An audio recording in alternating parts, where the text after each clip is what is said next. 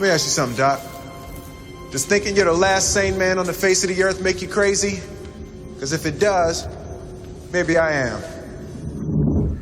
Good morning from the Batcave. It is, I think it's Wednesday, September 6, 2023, and I want to get off this Christendom subject for a little bit, just because the next chapter of my book, I'm probably going to have a couple of filler videos in between the Arius and Augustine stuff. Maybe not, I don't know, but I want to just take a break from that because my next chapter is going to cover 1,000 years, basically.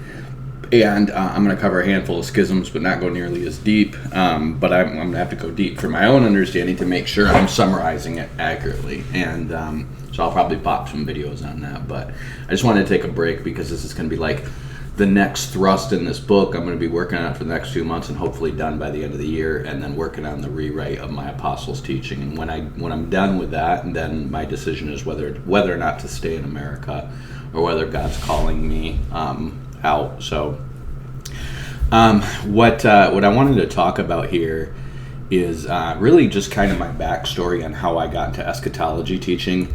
I have to tell you guys, and I'm saying this in humility, the reason I wrote an eschatology book is because studying eschatology and knowing what I know about the world, and I mean not just, I browsed YouTube for quite some time. I'm saying I started in this way before there was a YouTube, okay? And by the time I hit my early 30s, I had a degree in social studies and history. I had spent time in law school. I had studied a lot of philosophy. I lived through 9/11 and the wars that came out of that. I worked for a private security contractor serving the military in Iraq, and probably involved in weapons shipment to the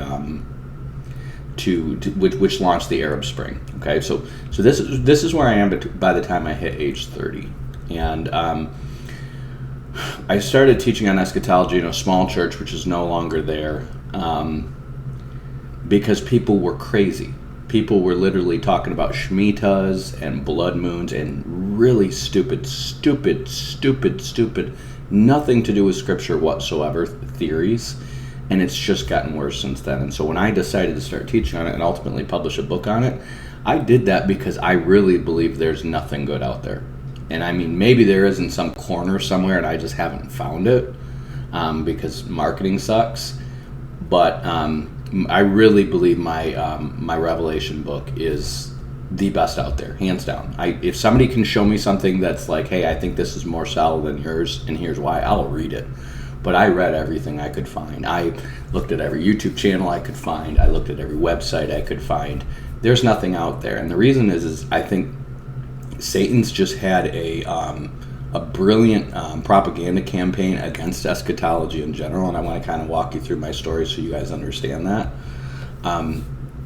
Against prophecy in general, he's destroyed real Christian prophecy by a lot of false prophecy, and then a lot of cessationism as a reaction to false prophecy, and that's been going on for 100 years, which is a big thing because God is giving people prophetic dreams and visions. He tells you he's going to do that in the last days, and he is doing that.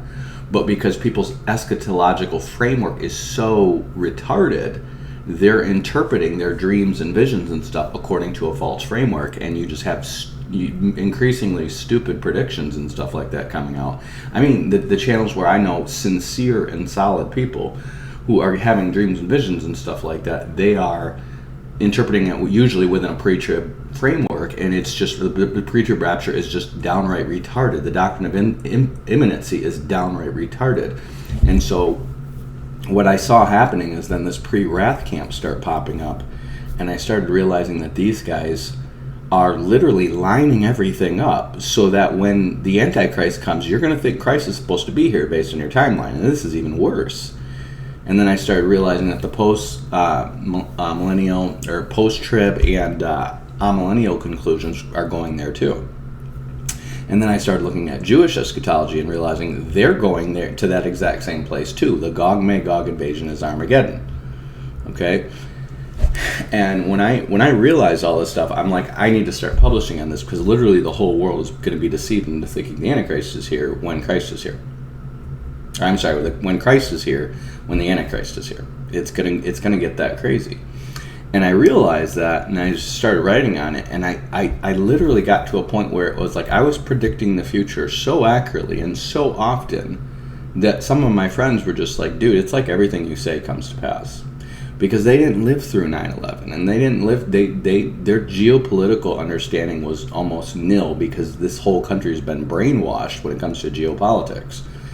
And a lot of the stuff that I was just predicting through analysis, they would almost like think is prophetic, even though I'm not prophesying. I'm just literally analyzing, because my framework is accurate. I understand geopolitics, and I understand, the eschatological timeline. Okay, and that's one of the first things that Satan came to attack, because he knows the Antichrist is coming, and so he attacked and destroyed the teaching on the eschatological timeline very successfully, so that he could deceive people. Okay, and he did it here in America worse than anywhere. And most of the other countries in the world, he's just attacked with ignorance, because they don't have access to the educational tools we have. And then, they're getting replaced with people who just are out to make money.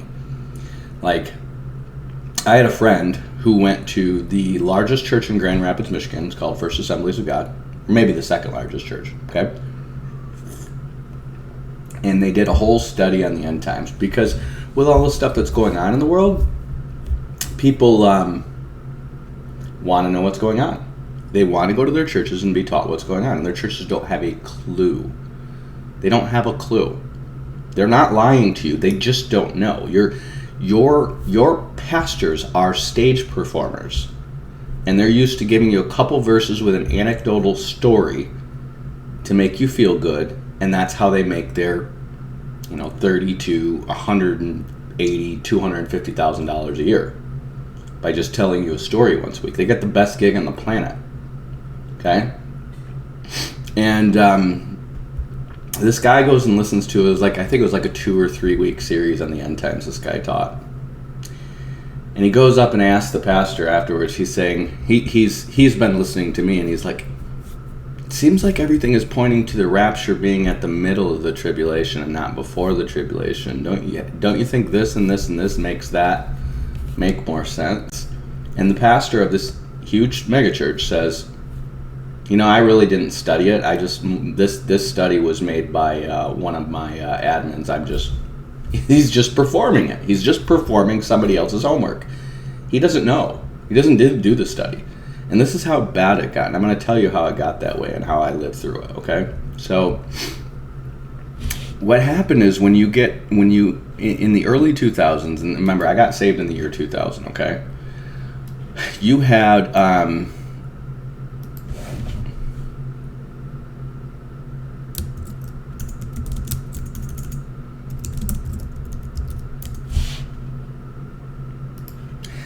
I had some interest in eschatology from childhood. My grandpa was into the book of Revelations, and I had the Left Behind series. I had read it, and I had some interest in eschatology. And I ended up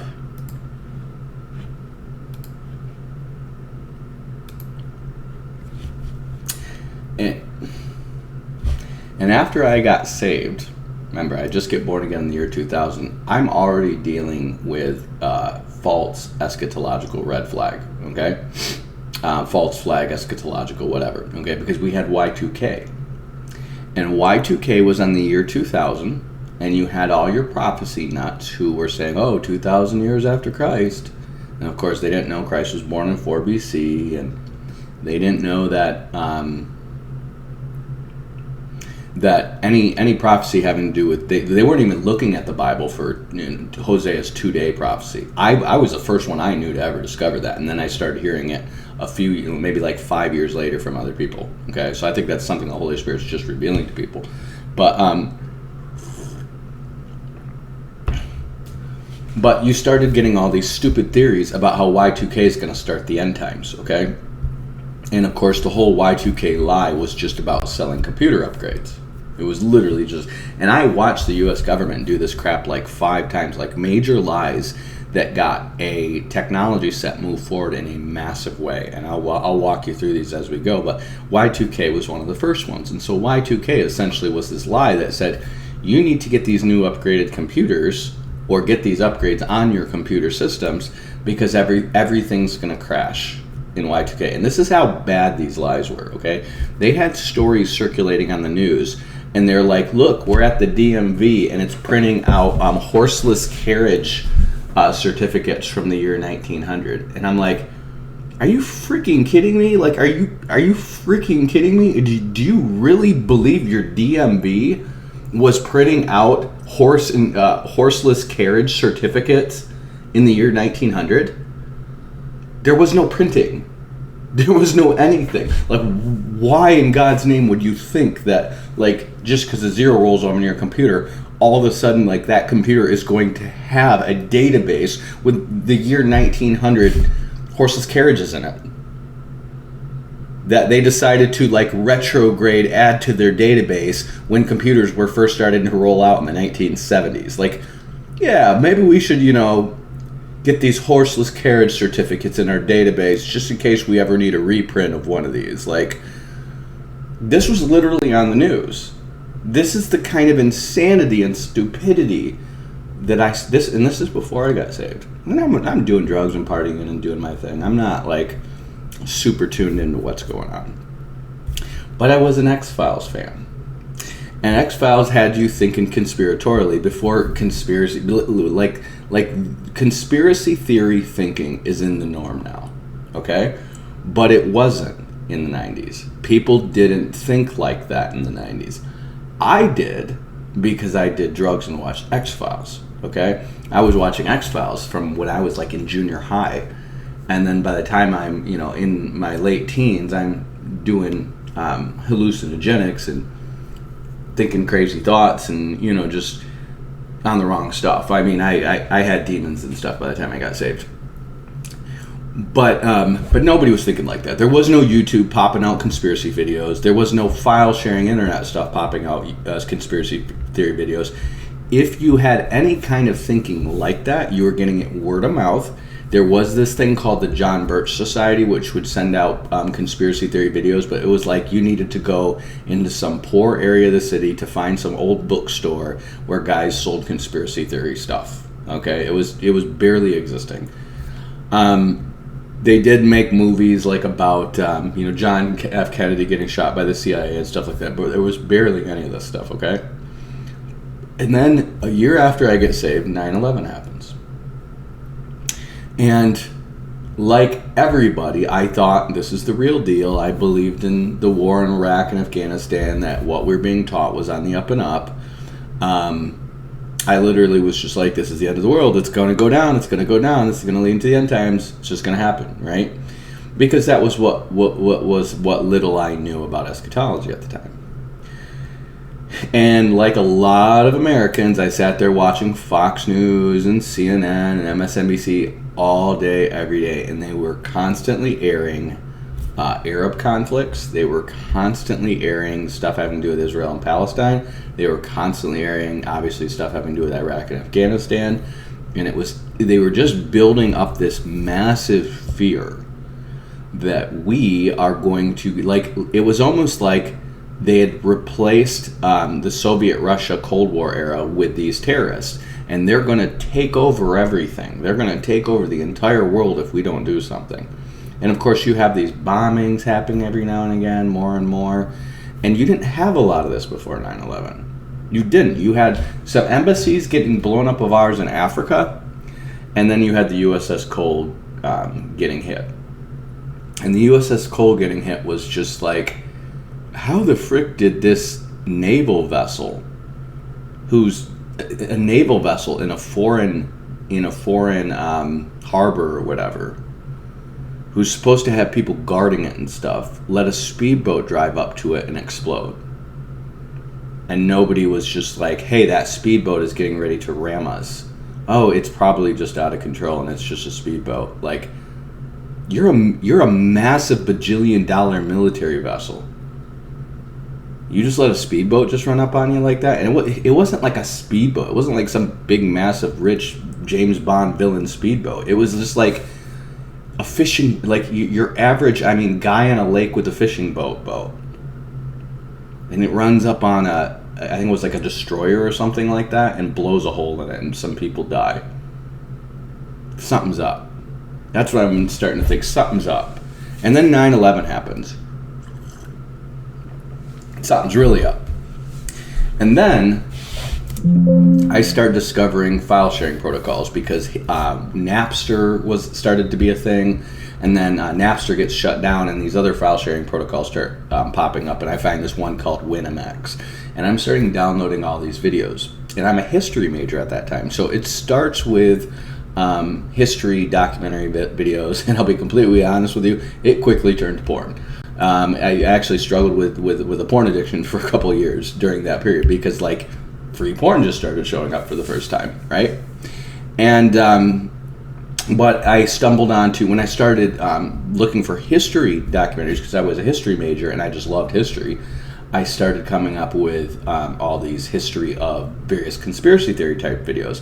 And I found this video called Money Masters, which was all about the banking system. I found some stuff from the John Birch Society.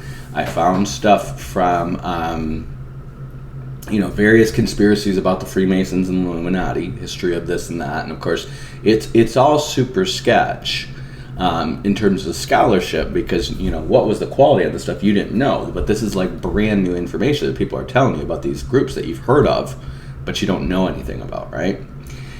And then I start coming up with 9/11 was an inside job stuff, and of course I lived through 9/11, and this is probably a couple years after 9/11, and I'm a baby Christian. And I get, obviously I get free from the porn. I'm going through basically getting, receiving the Holy Spirit, and basically for the first time, probably like 2 years after I got saved, I spoke in tongues. For the first time, after I finished reading the Bible completely, I had my first prophetic dream. And in this prophetic dream, I literally am in a church, small church in Grand Rapids, and this pastor's just all about church growth methodology. And I don't know much about church growth methodology yet, but he's about it. And he's this young guy who's like 25, broke away from the church he was from, has his bachelor's degree in Bible, and decides he's going to start his own church, gets the youth group to come with him, which was a common thing. Guys would just break away their youth group and start their own church, and that's supposed to be their income stream, and they just have their vision, and they're going to change the world for Jesus, right? Stupid young guys who have no clue, no experience, and no qualifications to be in the role they're in. But they get some younger college students to follow with them because they're basically like the big kid on the playground, right? Like, that's who they are. And this guy starts this church, and I, get hooked up with this church through some friends in college who I'm just literally making my very first Christian friends, and this is the very first church I'm going to that's not my parents' church. And basically I'm, getting to know the Lord and reading the Word, and next thing you know, I have a prophetic dream. And I'll short story this prophetic dream. It was about church growth, and it was about what was going on in my church, but it was also about what was going on in churches more broadly. And central to this dream was this character, which was a guy who was he was literally counting dollars over an oil barrel. And he was dressed like the Monopoly man, but he was fat, and he had a goatee. And he was talking into a microphone and looking at us suspiciously like he didn't trust us. And then I said in the dream, I said, that guy thinks we're going to cause trouble. Well, the guy in the dream, and he wasn't even famous yet, at least not outside of local circles, was Rick Warren. Because he popped up on the news within a couple years of this, and I'm seeing him for the first time. And I'm like, that's the dude from my dream. Okay? And the first thing I ever hear about Rick Warren, my brother has given me his book because the Purpose-Driven Life just started selling, and my brother gives it to me, and I read the Purpose-Driven Life, and I think it's pretty good, like most people. And I'm a baby Christian. I don't have any discernment. And then I see him on the news for the first time, and it's like Fox News or MSNBC, one of these. And the first thing he ever is putting out on the news is bragging about being involved with gay rights activist groups, and how he'll work with a gay rights activist group if it's to, build a reading program for kids. Okay? The point is he's like, if we have a common cause, I'll work with you. If you're a Muslim, I'll work with you. If you're a gay rights activist group, if we have a common cause, I'll work with you. And immediately, my spidey sense is just like, dude, this dude is not legit. Like, it was just an obvious thing, and I'm like, that's the guy from my dream who was looking at us suspiciously. And of course, this turns into, in this church situation, this turns into this pastor treating me like I'm the devil and I need to, I destroyed his church, which he really just destroyed it himself, okay? I told that story in another video, so I'm not going to tell it again. But the point is, I don't know this, but Rick Warren is getting this book and circulating it out to pastors called The Purpose-Driven Church. And the Purpose-Driven Church is all about growing your church by treating it methodically and politically like a business. And like a business needs to, these are the same business tactics that basically transform the Fortune 500 and a lot of smaller companies, which was all about, this all came from, what is his name? It's not Klaus Schwab, it was before him. It was this Peter Drucker. Peter Drucker transformed the business world, and he literally is an Austrian economist, I think, and I'm pretty sure he has old school ties to the Nazis. And basically what he came up with is a soft form of fascism, and showing how you basically get people to groupthink, and you get people in cells so you can isolate them, and he's literally turning businesses into how things are compartmentalized in the intelligence community, and getting people to you basically be brainwashed into this greater good we're accomplishing. So you're regularly rallying these people with these meetings about how we're accomplishing this, this, and this. And of course, it's all filtered and propagandized and whitewashed what you're really accomplishing. And then you get people to know each other less, and they're mostly just focused on their little cell group. And then people occasionally disappear because we don't need them anymore. We're done using them, and so we throw them out in the street. And we just keep doing this cycle over and over again. We get bigger and stronger, bigger and stronger, bigger and stronger as a business. Well, Rick Warren and Bill Hybels, who were students of Robert Schuller, are adopting these guys' same principles into church growth methods. And just so you guys know, this is 20 years later. These are the gurus of this, okay? Robert Schuller's Crystal Cathedral went bankrupt and sold to the Roman Catholic Church. Bill Hybels gets defrocked at his church, Willow Creek. I don't know, it's probably dwindling and going downhill, but it's probably still big. And Rick Warren's been kicked out of the SBC, okay? And everybody associated with that, I mean, the who's who of the early 2000s associated with these guys because they were pastor makers. They were famous pastor makers, okay? It's just like scandal, scandal, scandal, scandal, scandal, scandal, scandal, church split, church split, church split. It's just a wake of destruction. But in the early 2000s, people were sold on this stuff. Oh, it's science, it works, it will grow your church, and it would grow your church. And they would have these things called blessed subtractions and all this stuff about this. Well, one of the things Rick Warren pushed to get your discerning people out of your church, one of the things he pushed, because that's what it was all about, get rid of your discerning people. Get rid of your people who are going to say, I don't think the Holy Spirit wants us to do that. Get rid of those people. So you want to get rid of your prophecy buffs, because they knew your prophecy buffs are the kind of people who think about the future and about where this is going if we do this thing, and about what God's word says and about what the prophet says and how things start and how they finish when you do things that don't please God, okay? So we want to get rid of people who think like this. And he starts, one of the first things he does is in his purpose-driven life is start attacking prophecy buffs, okay? And he starts basically saying that when Jesus, when people ask Jesus about his second coming, he would say, it's none of your business. To say essentially, like, we have no business trying to understand when Jesus' second coming is going to happen. We have no business doing that, okay? Now, never mind for that, the first, 300-400 years of church history, people were always interested in eschatology. There was always, every big major writer would have to write some stuff on eschatology. There wasn't nobody that ignored it. All your famous guys, either to preach to the Jews or to, answer questions or whatever, it was just like they'd answer questions about eschatology because it's 20% of the New Testament. And so you might have bad theories, but you had theories about eschatology among all the who's who of the first couple centuries, okay?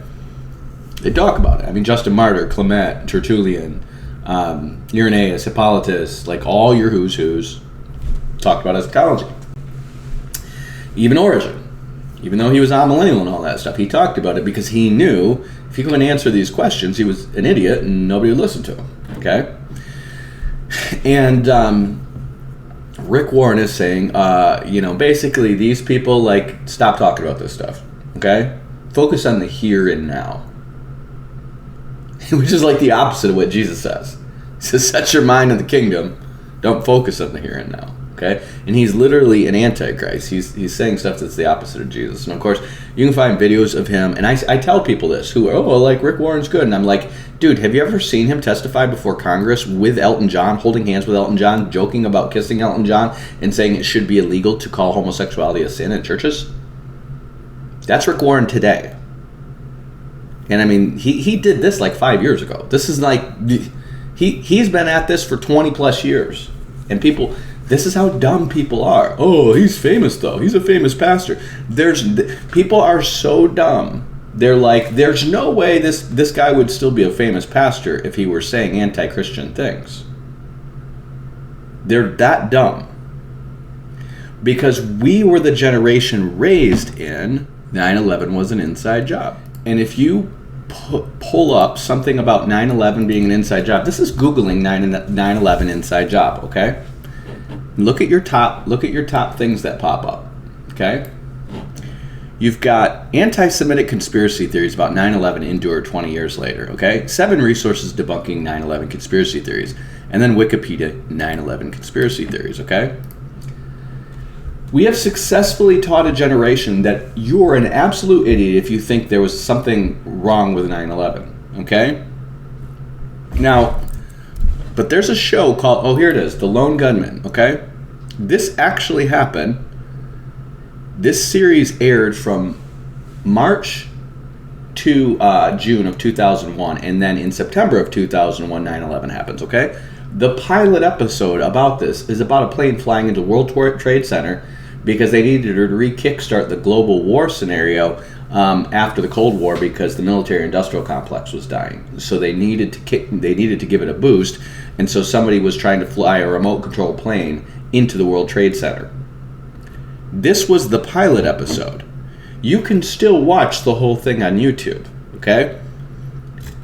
But you're crazy if you think 9/11 was a conspiracy.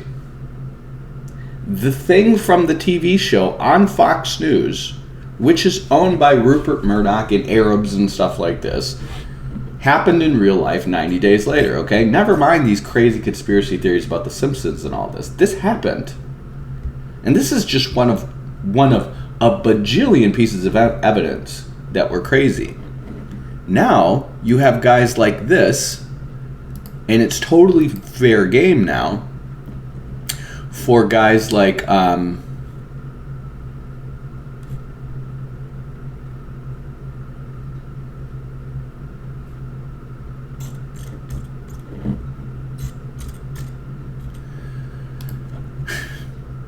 you have guys like this Johnny Harris putting out videos, How to Sell a War to the American People, talking about how corrupt and false the Iraq War was.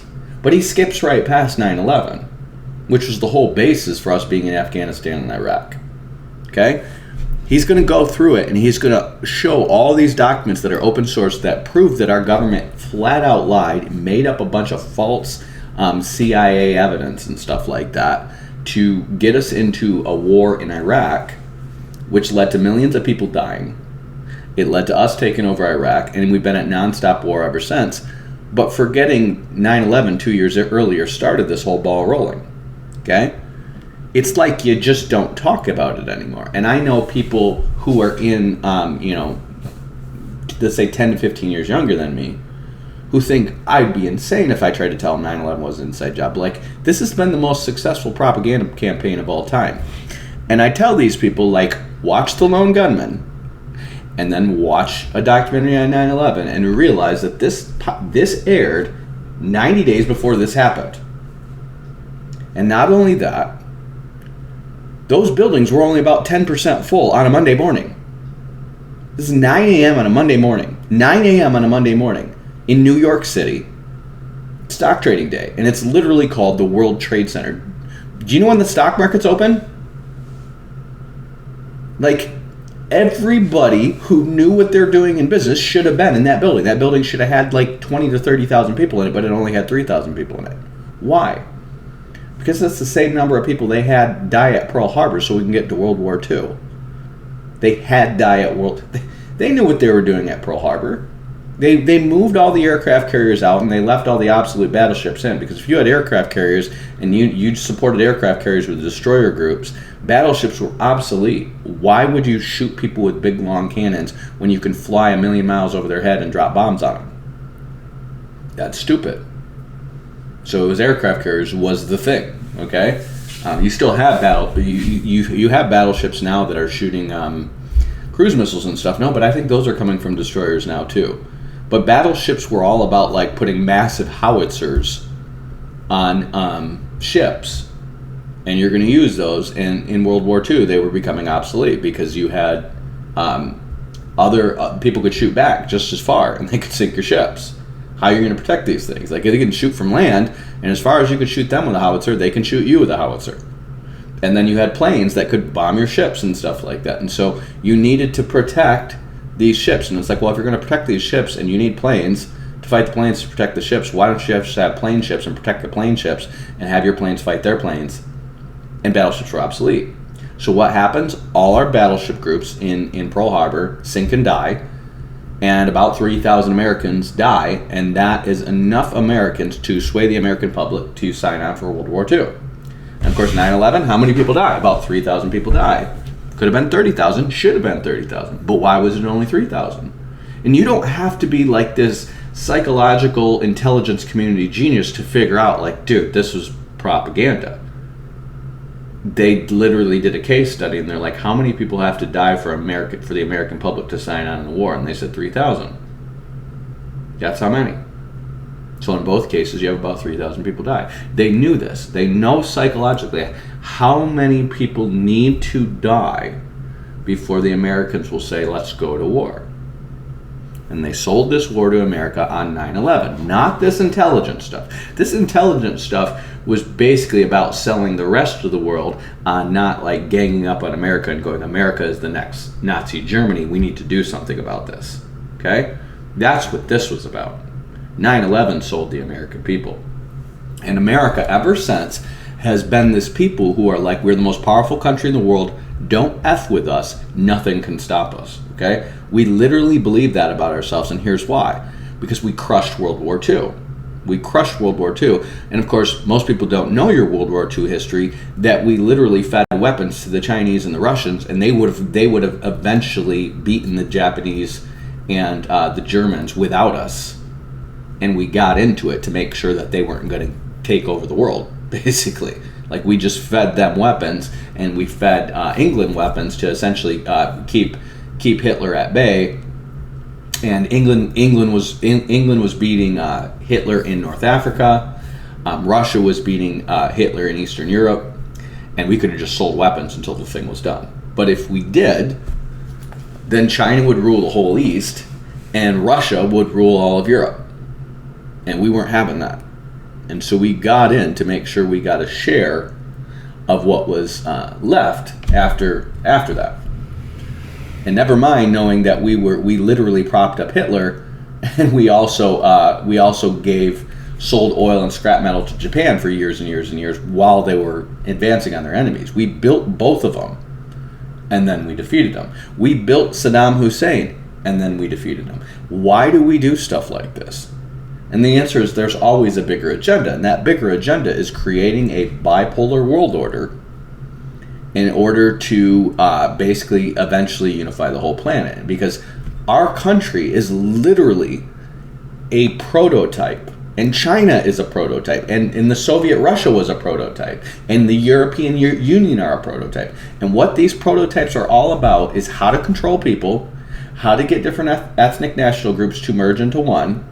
And these are experiments. These are very powerful people doing experiments And they're literally different models of the same experiment to go, how can we run a one world government? This is not some zeitgeist that is acting on its own.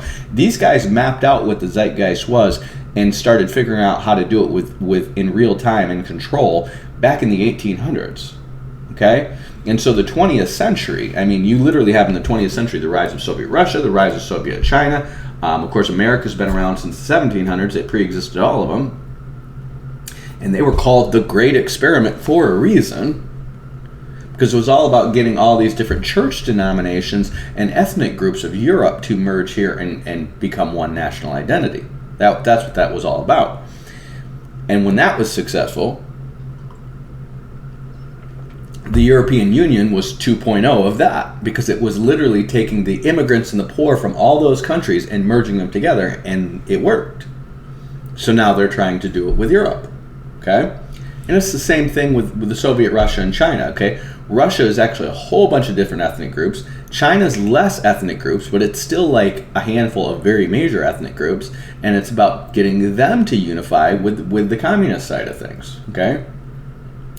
And what it really is trying to do is trying to come up with the perfect system to get the whole world united.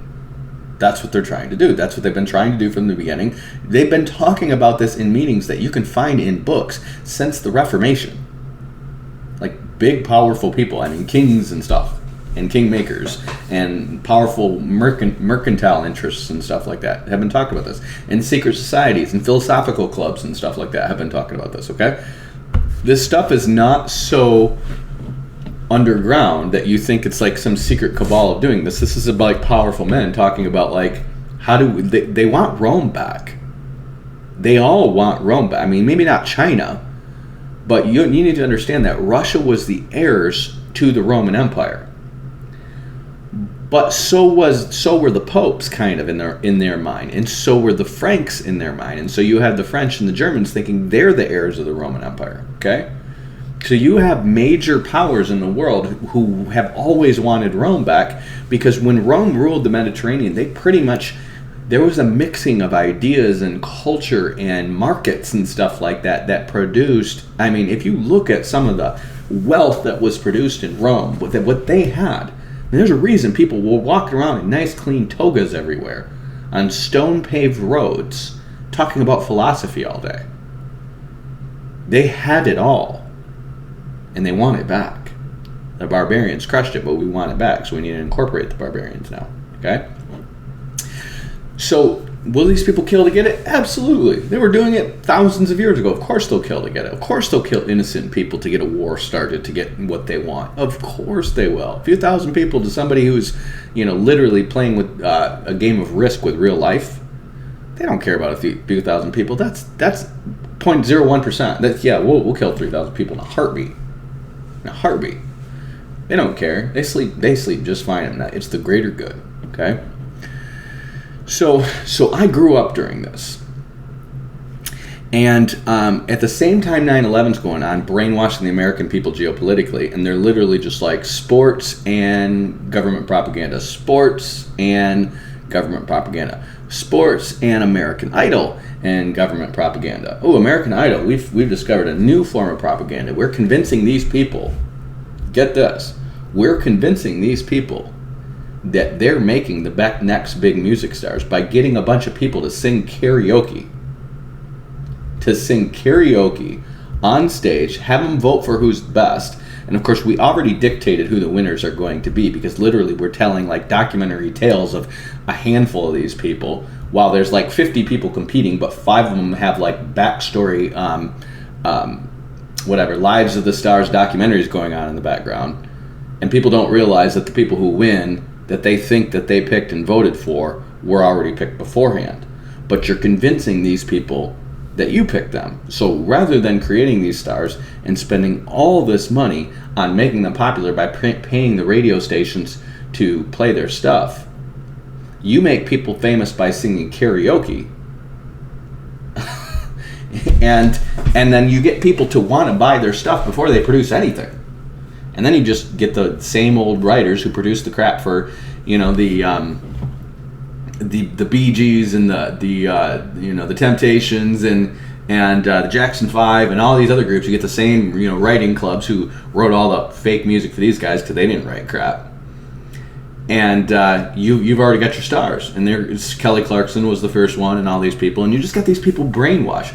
Sports, we're selling stuff back to you that is literally just some karaoke singer, but they sing so good. And it's like, no, they really don't. They really didn't. Right? I mean, before it was just like somebody had to be hot, they had to be able to dance good, and they had to be able to sing good, and that they had all those qualities. Or if they were like less hot, but they could sing really good, right? Like, we'd buy their stuff, right? But it cost tons of money to build them up to fame.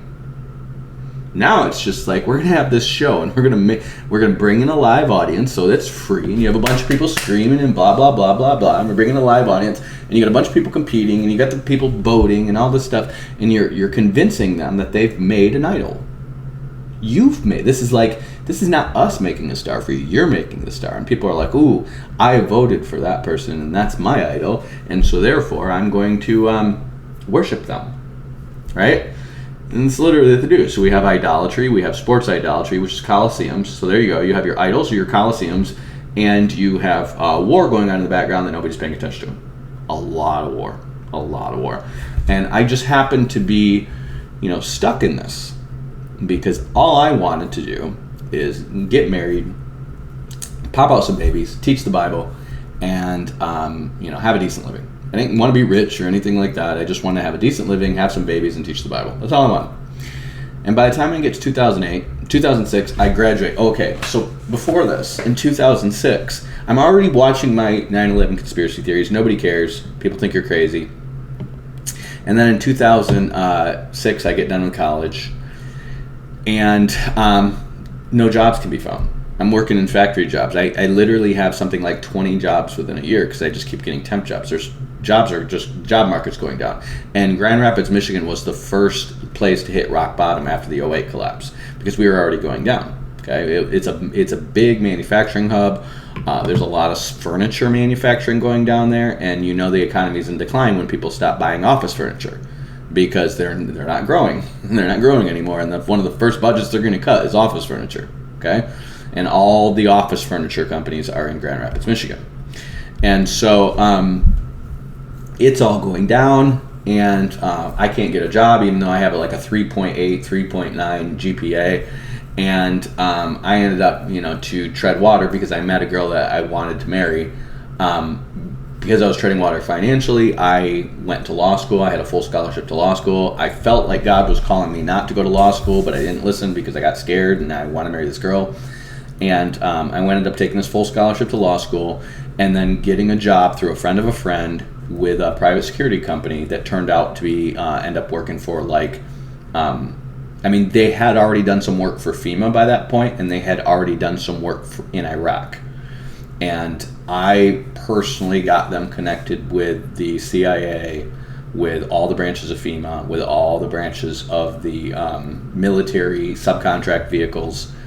So all the people who do construction and procurement and all this stuff for the military, they were basically doing they were selling private security, logistics, transportation, operations and maintenance. So basically fixing vehicles, and eventually they were selling refugee camps.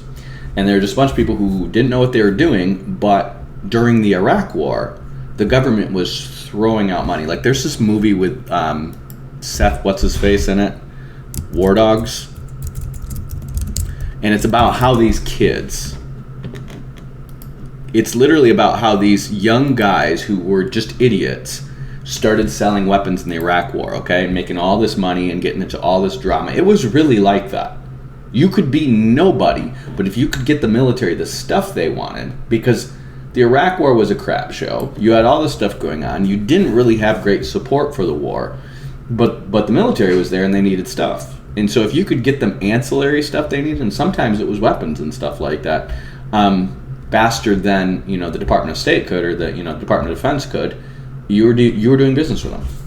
You just had contracts with them, and they had all these contract vehicles where people could just supply different things to the military they needed. And same thing with FEMA, and we were just doing this all over the place. Okay, and I've told this story a bunch of times, so I'm not going to get into all the details.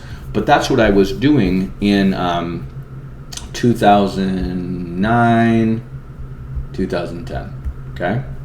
But before this in college, I had had a history background. And the internet's starting to get fast, and Wikipedia is not just starting to be a thing, but you can research a lot faster. And what I started doing is I started going through this Gog Magog invasion, because from your 9/11 stuff, or I mean from your Left Behind stuff, and your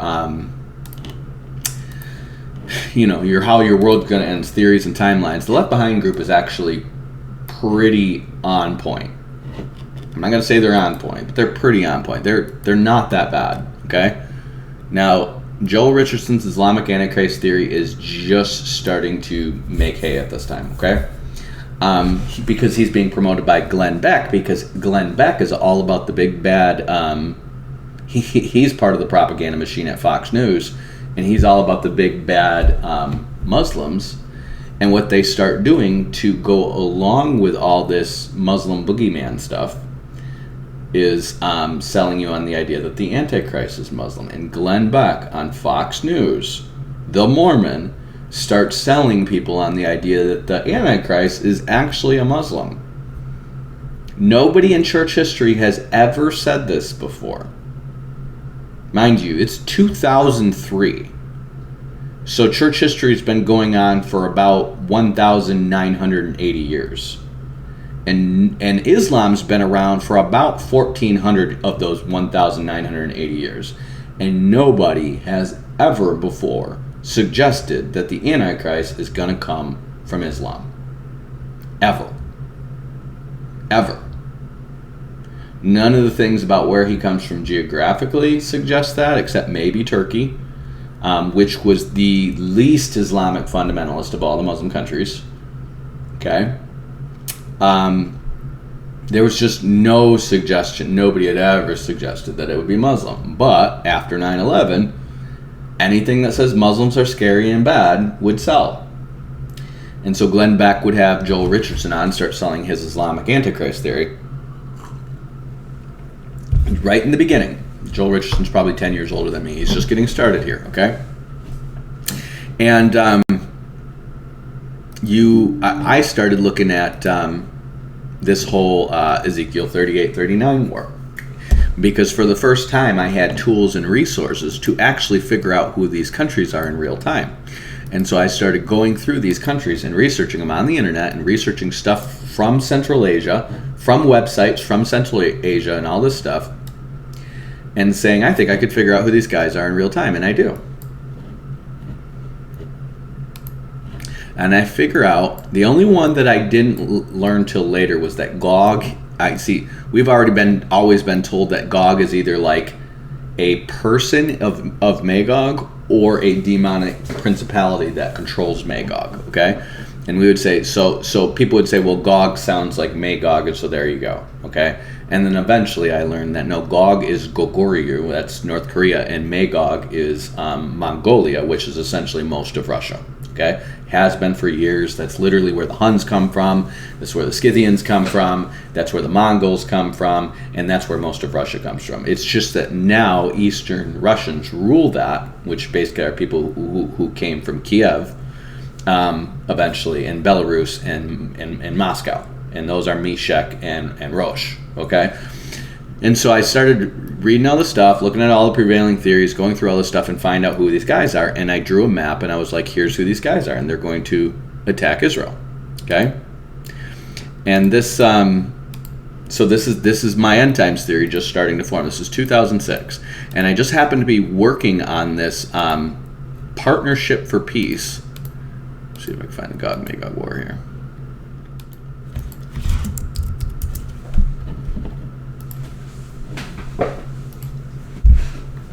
And I just happened to look at a map of the World Trade Organization this is from 2006. Now this is one today. And I do the whole Gog Magog thing, and I'm like, it's like the same countries that are yellow here right now. See, these are the non-members or observer members or whatever that are not part of the World Trade Organization, are the same countries that are going to be in the Gog Magog war. After I map them all out, I get through every last one of these countries. And of course, Russia would be part of this. These Kazakhstan, these other countries would be part of this. But because of our wars in Afghanistan and stuff like that, we've incorporated them into the fold. And obviously, Russia's huge and it's got a ton of oil, so they're in the fold. Okay. But this is what it was. It was like literally a perfect overlay with the people who are on the outs in the World Trade Organization. And the catalyst for this war is basically saying that they're coming to take a spoil. And what's going on? And they're literally trying to force themselves into resources that are central to what the countries in the World Trade Organization need, because they're out, because they're on the outs for this thing, okay? And so I look at this and then go, oh man, so we're on the cusp of this. And then I have to do this report on NATO's Partnership for Peace, and it's all about how we're systematically putting bases and incorporating people into NATO who used to be former Soviet republics all along Russia's border. And I'm just like, this is going to turn to World War III. And I write a whole paper on this about it turning into World War III. And at the same time, I'm downloading these conspiracy theory videos. And I find this one by this Catholic guy. He was a Catholic guy. I don't even know where he is now. But it was a Catholic guy explaining this guy, Vladimir Zhirinovsky, who was a Russian guy. And he was the Speaker of the Duma. So think about like the Speaker of the House in the U.S. The Speaker of the Duma is basically his counterpart, okay? And this guy was the Speaker of the Duma, and he had run for president a couple of times. His name was Vladimir Zhirinovsky, and he writes a book called My Struggle, which, if you know German, that's Mein Kampf, okay, in Russian. And this guy writes a book about how they're going to invade the Middle East. And this guy is still in Russia. Not only is he still in Russia, he told people the day, he said on the news, the day that Russia was going to invade Ukraine, okay? People are so stupid, they don't read, they don't pay attention. This guy who wrote a book about how Russia's going to invade this is what he says in his book. He said, Russia is going to invade the Middle East. They're going to put a wedge between Iran and Turkey. They're going to balkanize Iran and Turkey so they never become big powers, because they're really scared of Turkey taking over their stand countries and basically boxing them out and turning them into like the Canadian North, right? And they're going to basically run everything south of them, at least in the Middle East, and let China run everything south of them, let Europe run most of Africa, and let the U.S. run South America, and that's going to be the balance of power. But they're going to take over the Middle East. That's central to their plan, and it's called the last push for the South, okay? And they're like, we do this or we die, okay? There's your Gog and Magog invasion.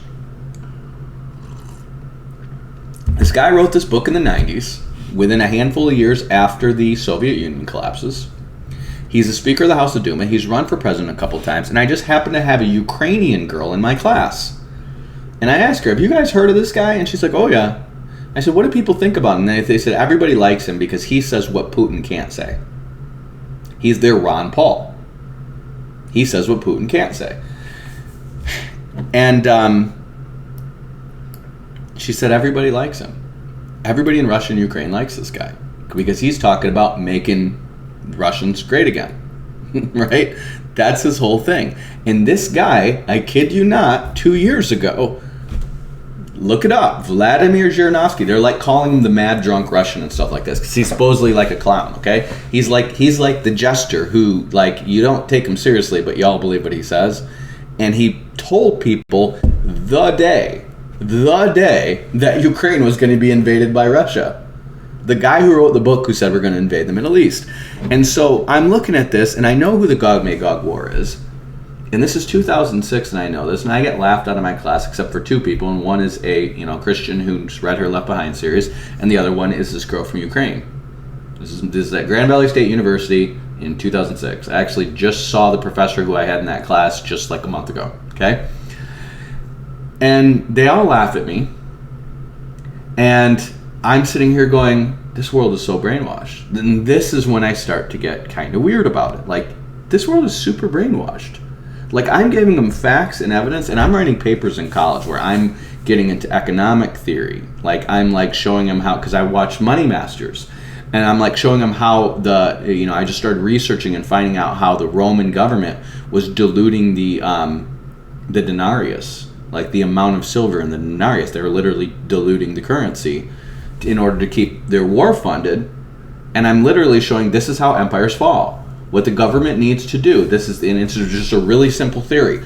When you have a government that is basically fascist, which is what Rome was, they invented the fasces, that's what fascism is, and we're a fascist, and we have the fasces literally on our dimes. If you get an old dime and flip it over, there's a fasces on it, because we're a fascist state. A fascist state is when you get a bunch of nations to pool their resources together under an executive authority that is going to advance the power and wealth and holdings of the whole. Okay? And it doesn't work because what you do is you have an increasingly big government that needs to support itself, both to control these rich, spoiled people who like to rebel every now and again, and to launch wars with the outside in order to keep making them richer. Okay? It doesn't work. Democracy doesn't work. Republicanism doesn't work. What works is having a king who has authority, and you're content with your land, and you make the most out of your land and your people and your skills and your resources, and you deal with other people. You don't try to take over shit. Okay? But the world doesn't care about that, and that's why we've had non-stop empires, and that's why the world's going to end this way. Like Jesus predicted all this stuff, okay?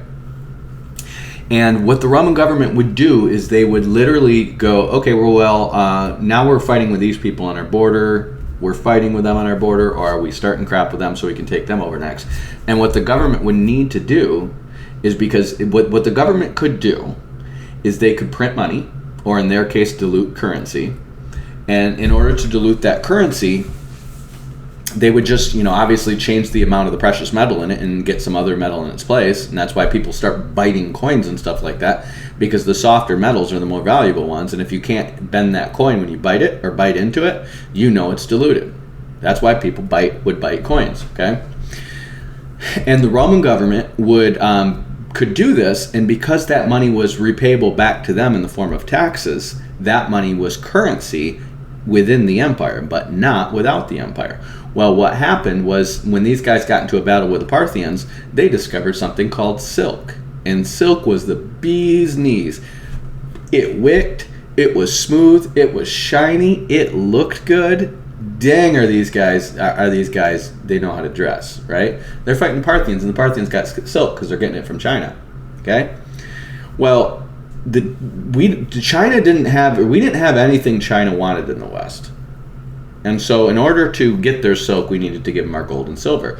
And our gold and silver was pouring out of the country, and their silk was pouring in, okay? And of course, they have the secret silkworm, and they're not telling anybody how to make silk, because this is a commodity that is just giving China tons of money.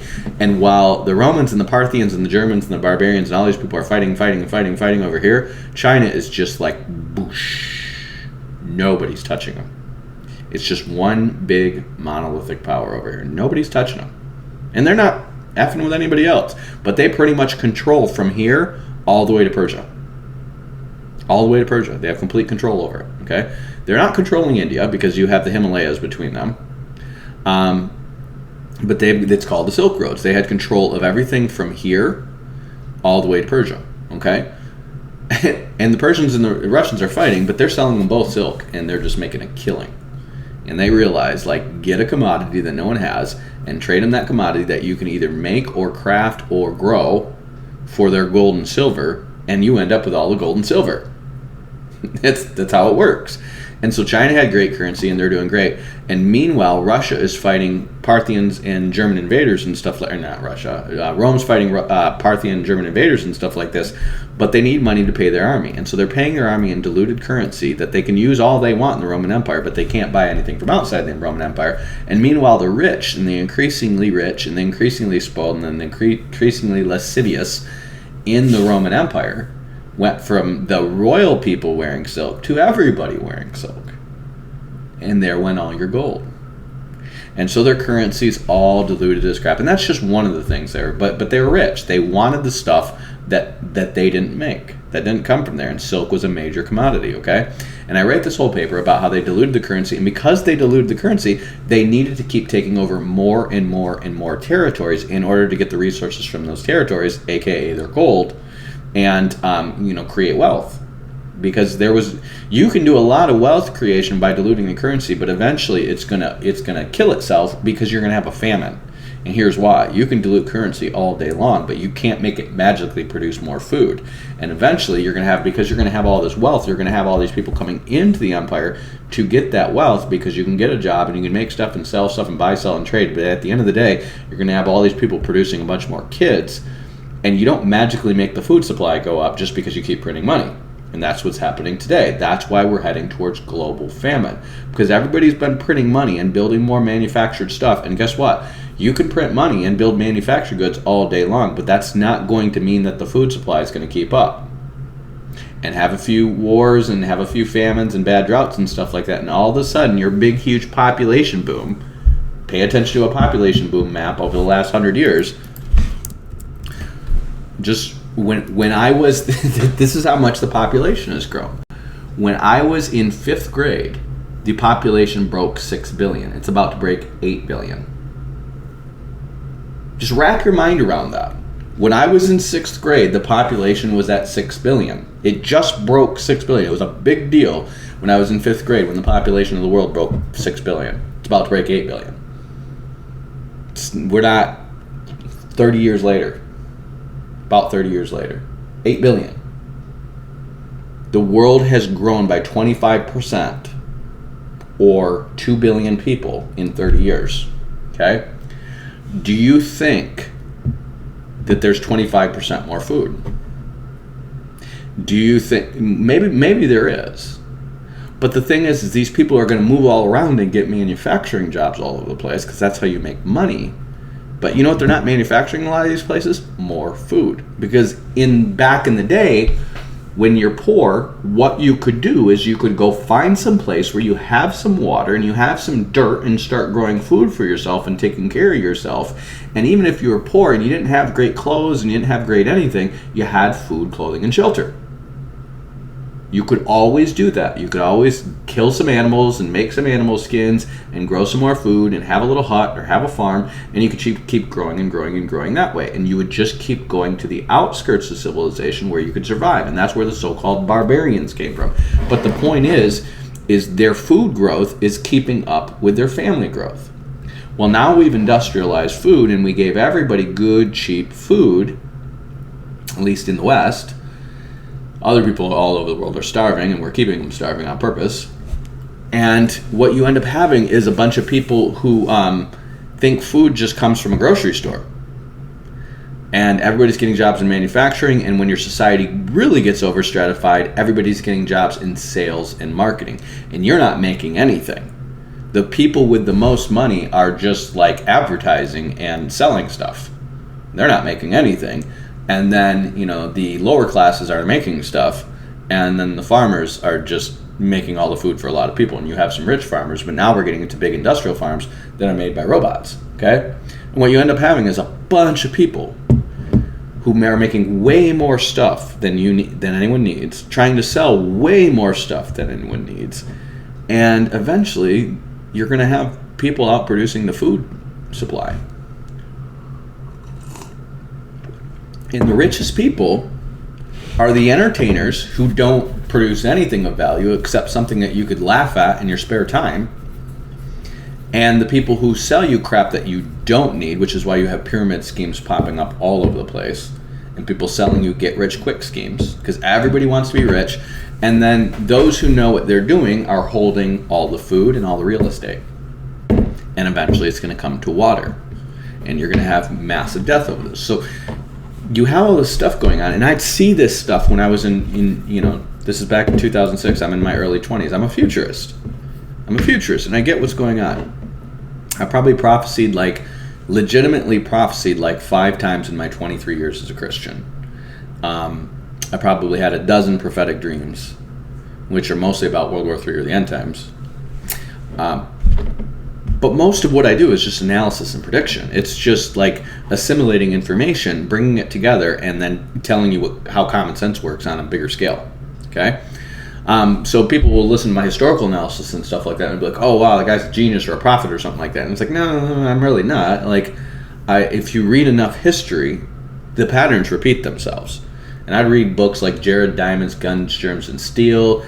I would read, what is the guy who made Tragedy and Hope? that guy, who everybody knows Tragedy and Hope because of the conspiracy theory world, he wrote amazing historical analysis about how empires like synthesize each other's stuff, and then like the cycle keeps emerging with technology and culture and all this stuff, and how things just roll out in history, and there's a cycle and a pattern to it. And of course Hegel did the same thing, and I was reading stuff about Hegel and Kant and these guys in my undergrad. The reason why I know what I know is because I worked in a factory, and I'd work 50-hour weeks on a CNC machine, and I would have 5-minute cycles between CNC cycles. And when a professor in class said, I want you to read chapter 3 of Plato's Republic for our next class, I would read the whole book. I would read the whole book on every book they were giving me, whether it was the textbook or, when you go to college, they're going to have you buy 5 books, and you're going to read a chapter out of each of them, because that meets their requirements, and you're going to feel really smart because you can quote one, the most famous quote from Kant. I would read all of Kant's, categorical imperative work and literally understand it and be like, oh, that actually makes sense, except all these philosophers are trying to create an artificial God with an idea, and I was a Christian and I understood it. I understood how logic and philosophy worked and why they're all fundamentally flawed. And then I started reading the historical analysis, and I understood the Hegelian dialectic from Hegel before I started hearing people talk about the zeitgeist and the dialectical process and all this stuff in the conspiracy theory world. I actually understood what they were talking about, while most of these people are just regurgitating stuff that they know a snippet of from college. Okay? And so as these wars and stuff are going out, I get to a point where I know so much stuff about so much stuff, I can get on the phone with somebody who's in the intelligence community and sound smart. And that's why I was hitting the meetings, because I would just start talking about what's going on. And guys who are in that level, you don't need to explain to them all this stuff about how you know what you know. It's prediction that tells them that, okay, you get what's going on. So I could talk to somebody who'd be like, yeah, blah, blah, blah. I think this war's probably unfolding with Russia, and we're trying to do this and this and this. And I would be in whatever business I'm in. And even though I'm like at the bottom as a telemarketer, I know what my CEO is thinking. I know what he's trying to do. Yeah, we got involved with this and this in Iraq, and it looks like we're trying to get into this and this and this, and I need a meeting with so-and-so. Who are you? Well, I'm kind of new here, but I'm just basically, my CEO told me to get a meeting with so-and-so, and I need this job. So can I meet with the top guy in security for Halliburton? Sure, here's his number. I'm leaving. Here's his number. He's moving over here from Dubai. Boom. And I would just get access. And I mean, BP, a lot of this was just the Lord's favor, I think. But like, I would get access to these people who are just like, oh, you need to talk to, the top guy at Harris Corp for FEMA contracts and USAID, which is the CIA front. Sure, here you go. Here's his number. Oh, yeah, I've heard of you. Yeah, we know who Aaron Fochman is. All of a sudden, there's all these people who know who I am in the intelligence community and in the government contracting world. And I'm just nobody. I'm making $10 an hour as a telemarketer. And then when I dropped out of law school, I negotiated from $26,000 a year to $30,000 a year because I have no idea how to negotiate. I've only made $30,000 a year once in my life, and that was working 50 hours a week. So the fact that I was going to make $30,000 a year working 40 hours a week for the first time in my life, I thought I had this is a pretty good starting point. Finally getting an office job after college. I've got my own corner office. I've got a handful of telemarketers that I'm basically leading. I'm not really their boss. I got a manager who's managing them, but I'm training and leading them and directing them. And I'm working on Salesforce.com, and I'm adminning the thing. And then I'm working on mergers and acquisitions prospecting, and then I'm basically the top hitman for business development for this company, who went from $30 million a year to $60 million a year in a year, and now they're working with the CIA and they're working with the military and all this top brass and stuff like that. And so like, I'm making these connections, and a lot of it is just because like I know how to ask a smart question when I don't know anything, and I can track with people who start talking about the big picture. And so as I'm listening to guys who are talking about, FEMA and weapons and piracy and terrorism and all this stuff shooting the breeze, I'm just like, oh yeah, like such and such. Yeah, like such and such. Oh yeah, like Hegel's dialectic when he's talking about this. Yeah, I know. Yeah, okay. And they like talking to you. because these guys don't get to they get calls all day long. They don't get a lot of calls from people who actually intellectually understand what the frick they know. And I started making friends like that. Okay, and a lot of it was just business deals, and a lot of it was just a few, good connections where I made the right call, sent the right email, did the right thing. I was clumsy as all get out. Okay, and then I ended up burning this company down because it was all fraud. It was all fraud that they were doing, and some people had died in Iraq, and I didn't like what was going on, and having my hands feeling dirty with all this, and I just burned it down. So that's how I'm thinking in 2010. I'm seeing World War III unfolding. I know this lines up with the Bible. Nobody's paying attention. The churches aren't talking about it. Instead, they're getting into the blood moons and the Shemitahs. And I moved to North Carolina as I'm kind of trying to get away from all this stuff having to do with a security contractor. And I start going to a church there, and I meet a seminary-trained guy who's basically a pastor for a new church plant. I think he's the number 2 guy. And we form a relationship, and the guy's a good guy, and I start talking to him about end-time stuff, and he just starts laughing at me. And he's like, "Do you have charts?" And he's a nice guy. But he's mocking me. If you have charts, you're an idiot.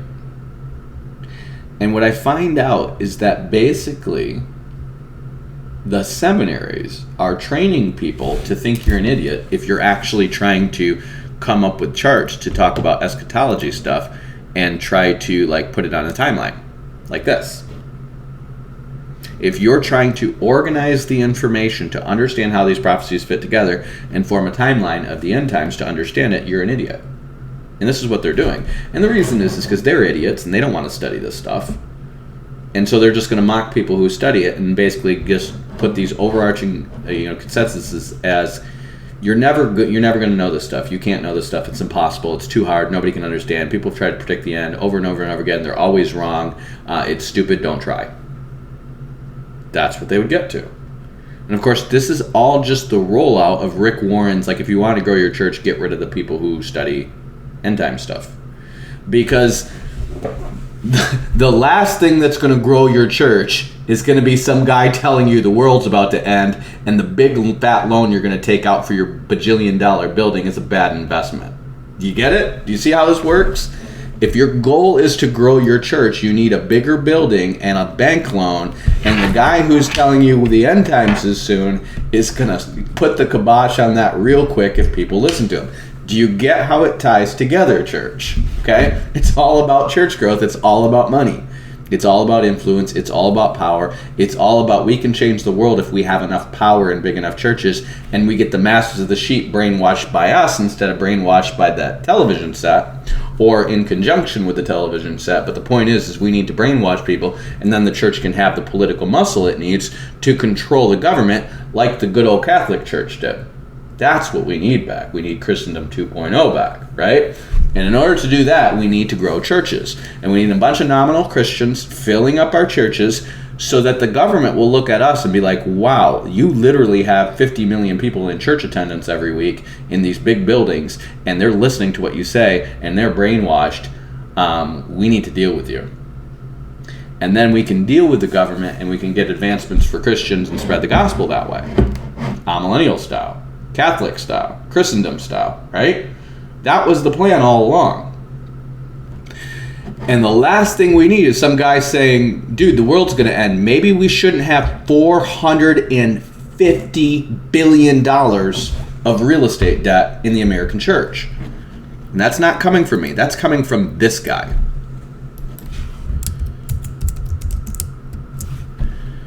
Nick Vujicic. You want to talk about a guy who's probably not going to lie to you? How about a guy with no arms, no legs, and gives away tons of money to people? Okay? This dude, I was at a meeting that he was at. This is just a few months ago. Okay?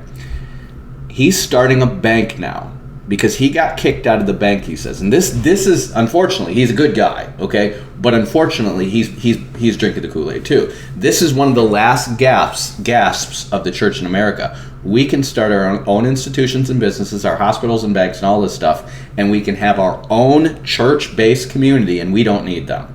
So that way they can't persecute us and they can't kick us out. So you got Billy Crone and guys like that trying to start Christian-based hospitals that won't make you take the shot, and they're going to fight the government for you, apparently. And then you got guys like this who are going to try to start their own banks, and they're going to fight the government for you, apparently. Okay? Now, this is a good guy. If you know his story, he's not just some guy with no arms. This is what I used to think. I used to think this guy was like, he had no arms, no legs, but he loved Jesus, and that was his shtick, and that's how he made his living. I used to think that, and then I met him. And his real story is, yeah, he had no arms, no legs, and yes, he was suicidal at one point in his life because he felt so miserable and so, awful about it. But he got saved, and then he became like a stock trader. Like he was trading in the stock market and stuff like that, and making tons of money, and then going to Africa and giving it away. He was just showing up. Him and his brother were just going there with like bags full of money and giving money away to poor communities and spreading the gospel. That's how he got famous, not just from having no arms and no legs. And I didn't know that because the first I ever heard about him was some guy who put him on a video, and it was basically a metaphor about this guy who has a carnival show full of freaks and how he's kind of like a metaphor for God, right? And then, of course, he's going around and giving his spiel, and that's always part of his story, is about how I had no arms, no legs, and I was really depressed, I wanted to kill myself, and then I found Jesus, and now I'm full of the joy of the Lord, and he has kids and all this stuff. And that's the part of the story that stuck. I didn't know this until I listened to him talk live, that he actually made a bunch of money trading stocks and was giving away bags of money in Africa to spread the gospel. He wasn't just a clown, like using his disability as a way to say, look at me, I'm full of the joy of the Lord, you need Jesus too. He was actually doing amazing things outside of his disability that had nothing to do with it, right? And this guy now is like, he's talking about what's going on, and he's saying there's literally in America, there's $450 billion in real estate debt in the church.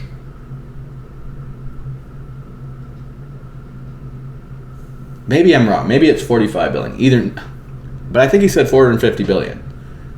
He's like, he didn't say this, but there's a shit ton of real estate debt. How did it all get there? And the answer is the purpose-driven church is how it got there. This New Age idiot's book that God warned me about, this guy in a dream. And in the dream, it was all heretical. And there are massive churches. This was before churches were meeting in the dark, okay?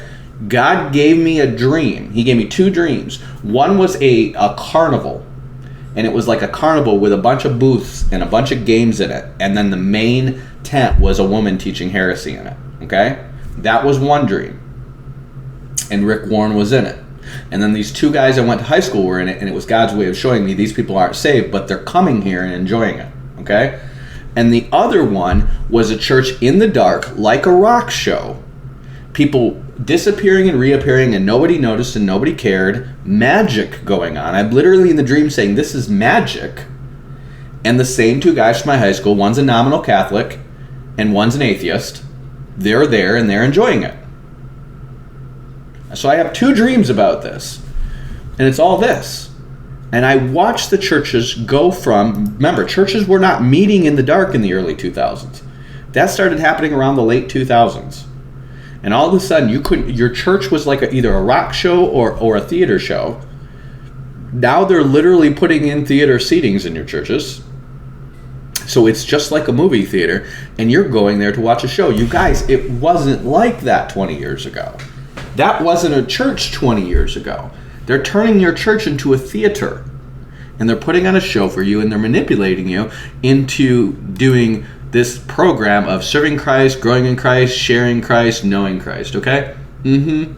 What are they saying? Oh, in order to get to sharing Christ with other people, you must first know Christ, grow in Christ, and serve in Christ. Well, what does that mean? It means get plugged into a small group and volunteer and give us your money, and then you're qualified to share Christ. How about just knowing Christ and sharing Christ?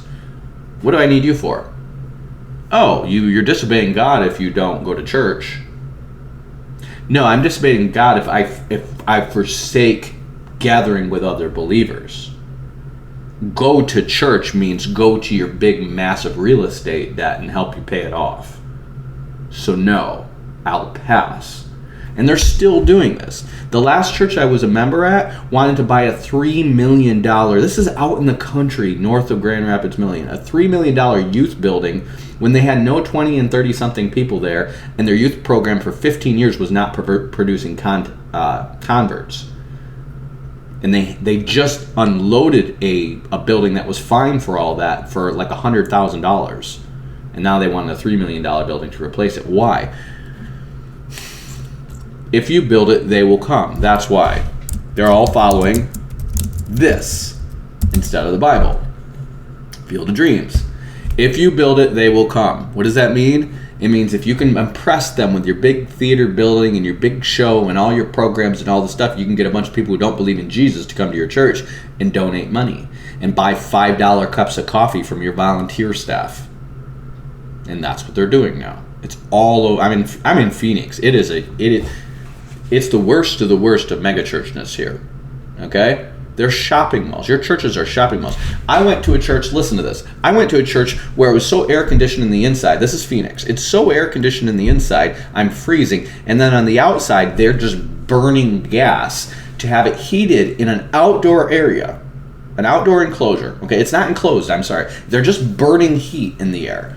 While they have like little putt-putt golf and games and stuff like that in the forum of the thing. Just a bunch of games and stuff. And they have a dozen volunteers working in a coffee shop selling $5 coffee. Meanwhile, you go into the service, you're sitting in the theater seat, you have a cup holder for your coffee, but literally nowhere to set a Bible. Literally nowhere to set a Bible except on the floor. On the theater floor. But you got a cup holder for your coffee. And when you stand up to worship, your seat flips up like a theater seat, and you can't even put the Bible on the seat next to you. So you have to put your Bible on the floor, but your coffee cup has a place to go. And I watched a sermon. This is one of the hugest churches in the area. And I watched this sermon, and this guy talks for 20 minutes out of a 30-minute sermon about his Facebook and about how he got rid of Facebook because when people criticize his sermons on Facebook, that brings him down. And, he just doesn't need that. He doesn't need anyone criticizing his bullshit sermons that are about nothing. And literally uses like 2 Bible verses out of context. And the whole point of his Bible verse was about how Lot was on a slippery slope and he, was doing something wrong and whatever, and about how bad Lot was when the Bible just talks about how righteous Lot was. You just burned the Bible and you just talked about your Facebook. Now go, and then he polished off his sermon by basically saying you're sinning if you're not volunteering and giving here. This is church now. This is church. So the same people are doing this, so the same people who are promoting this, and the same people are saying if you have charts like this, you're an idiot. This is church now. Okay? So I'm in a small church in Grand Rapids, Michigan, and this is a few years later. I've been homeless. I've been back. I've literally been in a jail where I've been told by guards that they're training up SWAT police for all over America because riots are coming in 2011. In 2011, I am being told that they're training, they're collecting homeless people to train on them so that they can train up riot police with all these suppression techniques and stuff like this because riots are coming. I can't stop falling into the conspiracy. This is my life, okay? It's like how like he takes Jeremiah or Ezekiel and he's like, I'm going to show you what's going on between the walls. They literally had walls between the walls and the temple where people were worshiping false gods between the walls and the temple. Okay? And he pulls them in to see it. And this is how it was with prophets. Like, God would pull you in the midst of the crap. Yeah, do you see how they're sacrificing babies and stuff like this? You have to see it. Why? Why do I have to see it? Why do I have to see it and then feel all guilty and realize, man, I'm like 2 people detached from murder for money? And the answer is because you're a man of unclean lips of a people from unclean lips. And God is not showing you so you can change it, because you're not going to change it. He's showing you so he has witnesses to what he's going to do. So when I burn this shit down, I'm going to tell you I have sent witnesses that have testified that this is going on, and they won't listen. Okay? And he's shown me this very clearly and over. You're like a Jeremiah. Why are you still single and nobody listens to you? Same reason Jeremiah was single and nobody listened to him. Here's this crazy guy who keeps telling us that we're going to make Jerusalem great again, and this guy's just all negative. Screw him. Nobody's going to marry that guy. Nobody's going to give their daughter to that guy. Screw him. And he ends up like leaving the city, and he ends up, the whole thing burns down, but like the king of Nebuchadnezzar spares his life because he's heard that there's a guy in the city that told them they need to submit to you, and they wouldn't, and they've been abusing this guy for years for telling him he needs to submit to you. And Nebuchadnezzar's just like, that guy's legit. Make sure he's taken care of. Okay, and that's what happened with Jeremiah. And what happened after that, I don't know. Maybe he moved to Egypt, got married, I don't know. Doesn't really say. But that's how it went down. Okay? So that's kind of my hope, is like, well, maybe I'll... There's also another prophet along with Jeremiah who said the same thing. They just killed him. So maybe I'm that guy. I don't know. Either way, I don't know. I just know that when you have these schools of telling people they want to be a prophet, nobody's telling you, oh, by the way, if you want to be a prophet, you're going to get locked up in a jail and covered in blood and crap while people beat the crap out of you to train on you, leaving you naked and trying to deliberately make you go crazy so they can convince the courts that they're going to give you mental health treatment while they beat the crap out of you.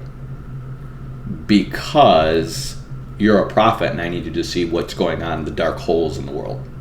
That there's real evil going on around you, and I need to witness to it. Nobody's telling you that at Bethel School of Supernatural Ministry when they're signing you up for how to be a prophet class.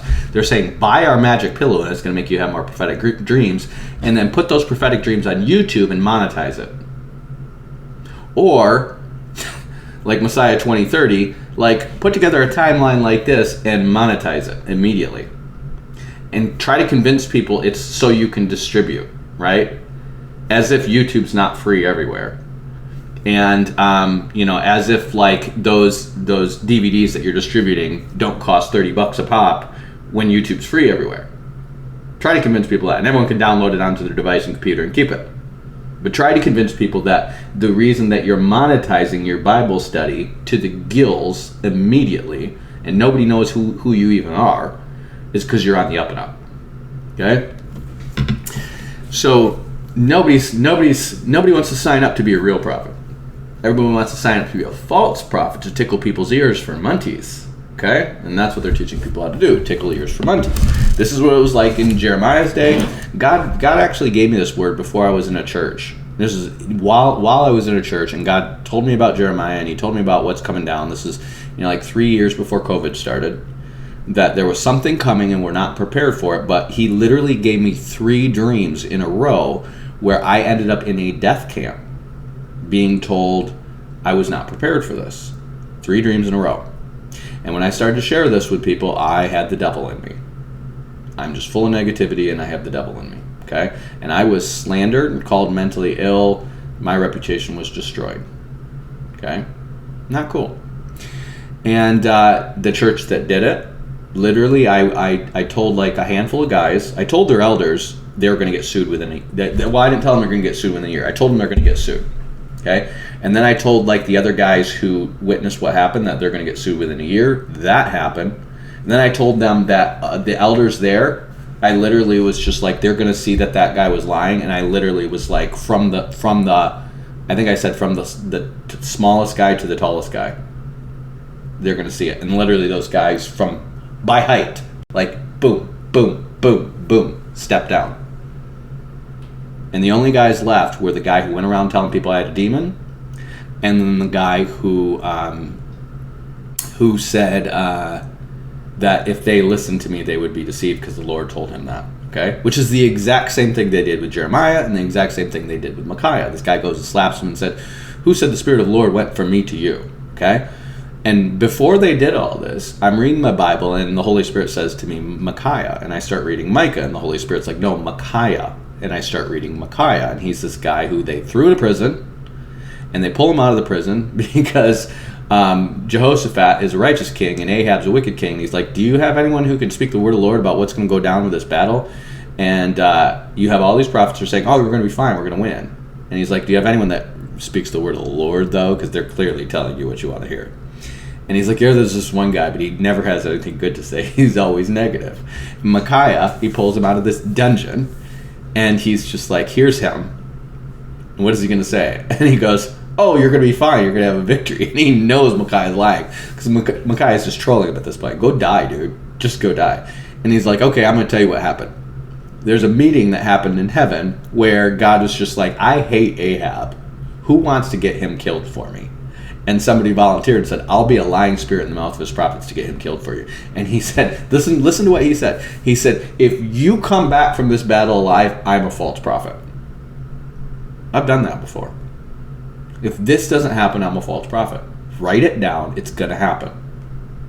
I've done that before. Why? And I'm not even doing it because it's like I feel it. I'm just like, I just know you're so wrong.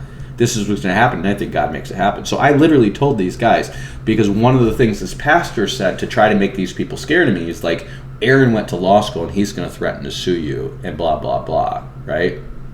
While he was going around telling people I was mentally ill and off my meds, and I had demons. And so I was like, I told him in this meeting, I said, do you realize when you go around telling somebody that they're mentally ill, go around spreading a rumor around somebody that they're mentally ill and off their meds, that could keep them from being able to get or hold a job?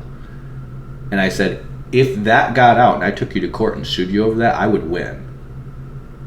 And he immediately starts looking around at everybody because he had been telling people, oh, he went to law school, he's going to threaten to sue you and stuff like this, right? And I said, I fear God. I'm not going to sue a church, okay, because I fear God. I said, but because that's what you fear, you're going to get sued. And literally within a year, they had multiple charges brought up, where made up charges. One of them was like one of the elders who was in the meeting has his daughter show up and accuse him of molesting her. And everybody who knows this is like, this is not true. She just made it up, but threatened to sue the church. And then there was another guy who was a neighbor of one of their elders who actually was molesting kids. And one of their elders vouched for him to help him get out in bond, and that guy jumped to Mexico. So you have these two incidents happening within a year. Next thing you know, there are people who are just like, we're going to sue you. And the elders are stepping down. That's how God worked out. I told him from the smallest to the tallest, they're gonna be onto this guy. And then one of the church's founders, because the first founder had already died, but the church's founder died. He was a friend of mine, and I am actually praying for the pastor who slandered me that God doesn't kill him. I'm literally on my face praying for him that God doesn't kill him, because I'm pretty sure this guy's going to go to hell if God kills him, because he's literally saying that guy is speaking out of the devil. The devil's speaking out of him. He's spreading this around to tons of people. He goes and tells a whole youth group this, and I'm literally praying that God spares his life so he doesn't go straight to hell. He's never to date admitted wrong. He's admitted lying to me and another person, but still standing that he had to lie for the greater good, for God. Okay? And the guy who founded the church dies within 90 days, just gets suddenly sick and dies that year. And then COVID hits him and a bunch of people die. In that church. A bunch of people died. They had a rash of divorces. They had a ton of guys start spreading around porn. And a ton of guys starting getting into fornication in the church. You think that church came back and said, maybe we should call up Aaron and apologize? He said some stuff about stuff coming that we're not prepared for, and we called him the devil. And the stuff that I said is coming has not even happened yet. What I saw coming was blackouts leading to people getting in line in the government, leading to death camps. I saw all of West Michigan getting fenced in by the government.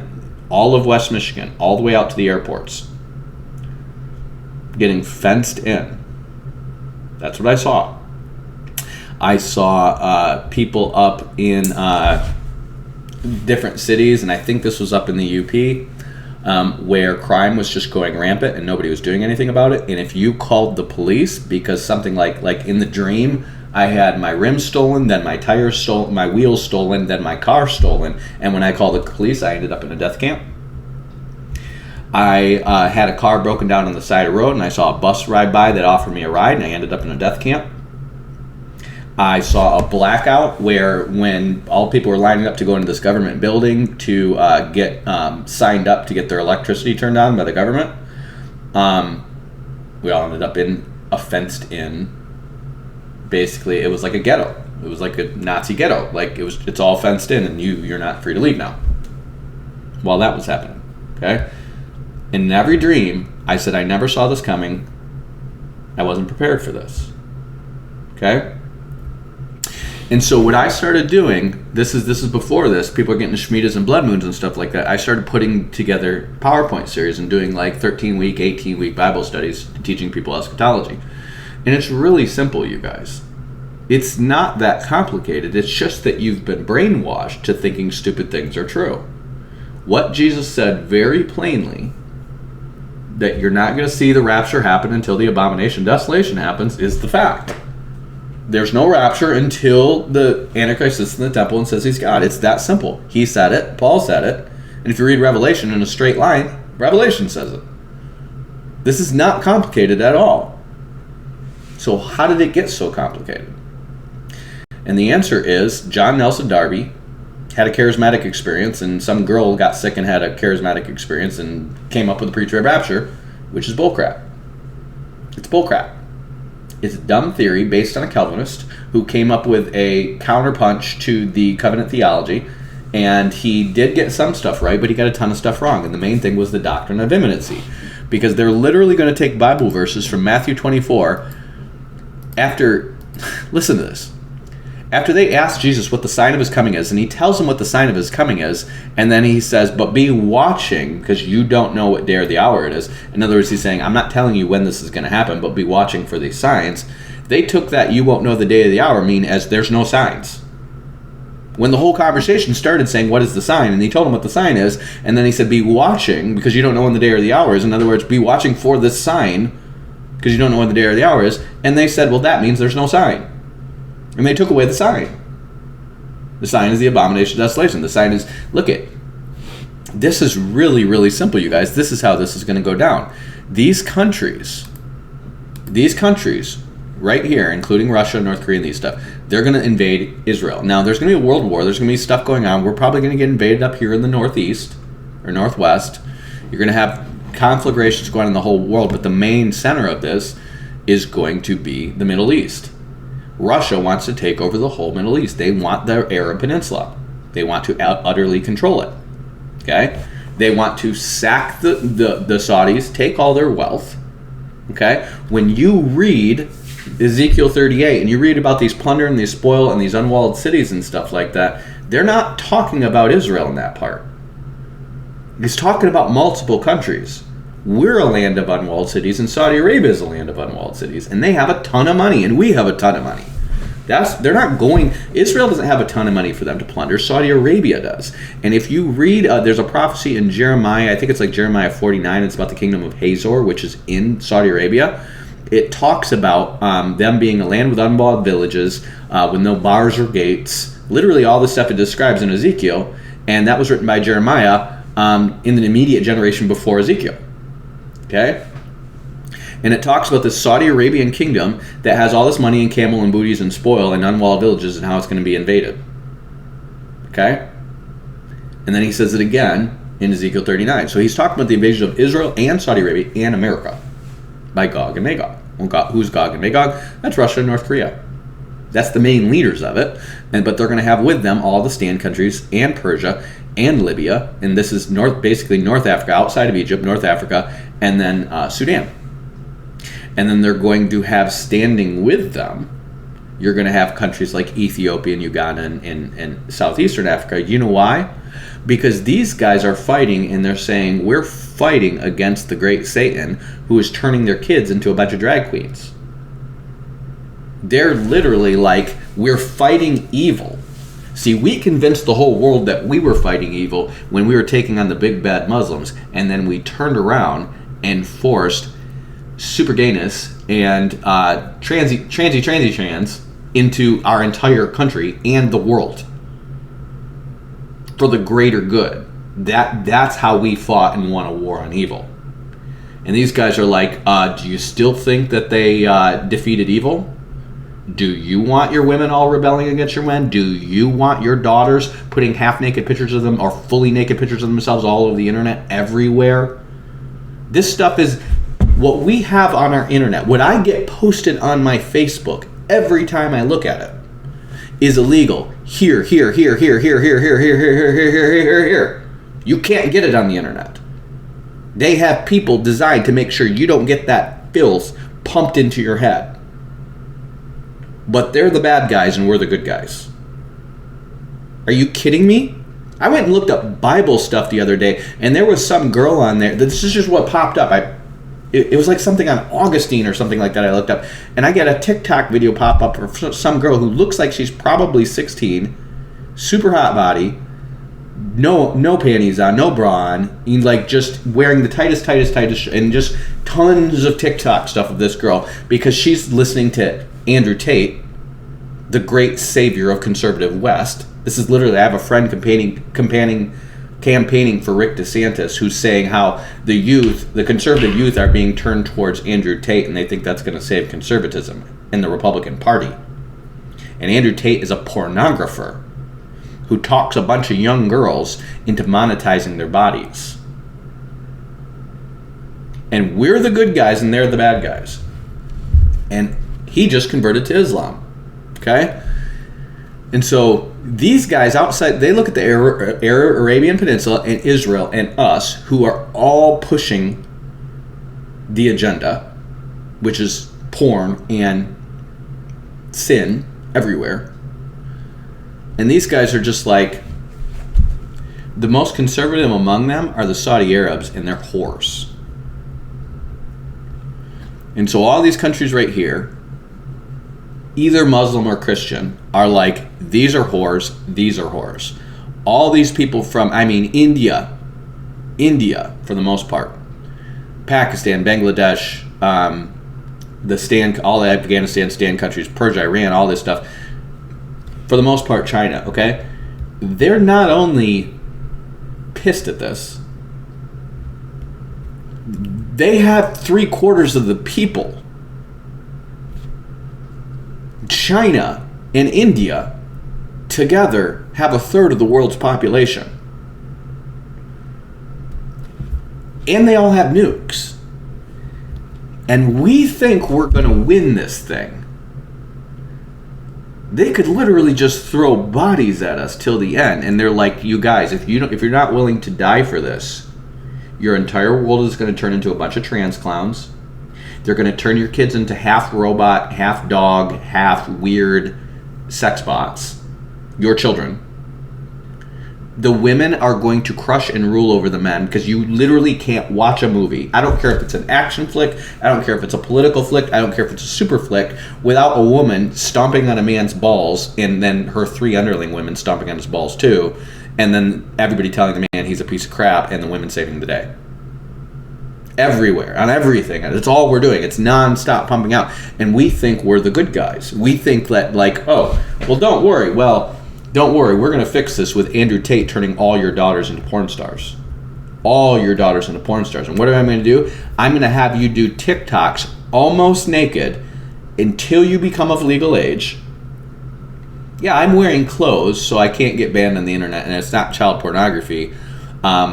But you literally can see my nipples right through it, and you literally can see right down my butt crack and everything. It's just as slutty as slutty can be. And I'm going to have your daughters doing that from age 10 to age 18, and a bunch of perverts can't wait for you to turn 18 so you can legally show me everything and do a sex tape.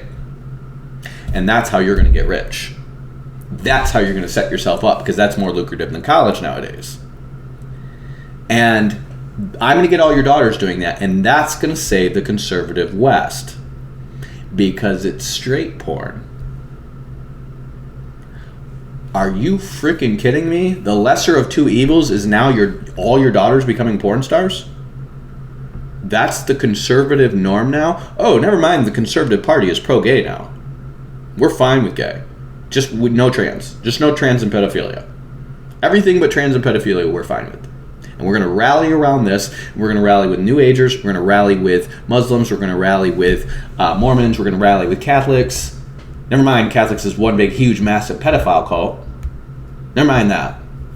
And this is going to be the new conservatism. And we're going to make America great again and then spread that throughout the world. And the rest of the world is sitting here going, yeah, we didn't just drink the last 20 years of Kool-Aid that you all drank all over Africa, all over Asia, in large parts of South America. We didn't just drink the Kool-Aid you guys drank in the last 20 years, but you imbibed some sick version of literally Nazi propaganda meets the donkey shows and gladiatorial death cult of the Roman government. Like, you guys are the epitome of evil. And you think you're going to win World War III because of freedom. Because of freedom. And you guys forgot to read this very, very promising Bible verse from the guy who got the keys from Jesus that said, while they promise them liberty, they themselves are the servants of corruption, for whom a man is overcome, of the same he is brought into bondage. And this whole thing is about rebelling against authorities, which is what your government is built on, is rebelling against authorities. Your nation is built on rebelling against authorities. Your nations are built on what Peter says, this is what the last days are going to be like. These people are going to promise you liberty while they are the slaves of the depravity, who are all about rebelling against the government, because that's what our country is founded on. Don't pay your taxes. How dare you? Don't go with them.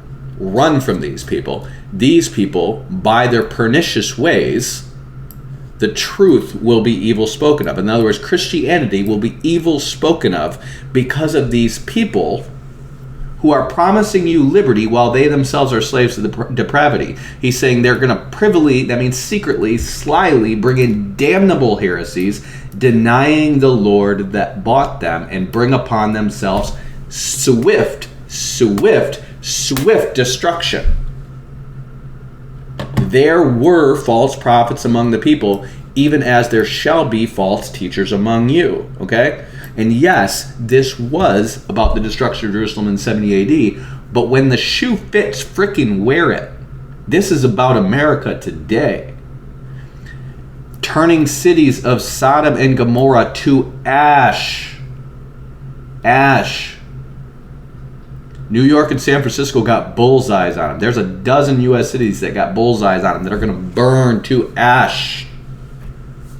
Write it down. If 2030 passes and you don't see nuclear ash cities in America, I'm a false prophet. Write it down.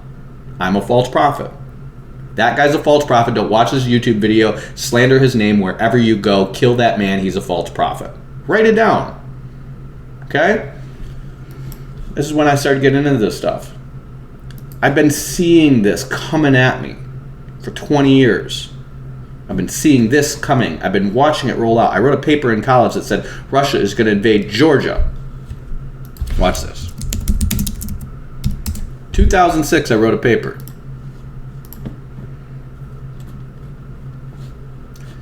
Get your crap free content out of my face.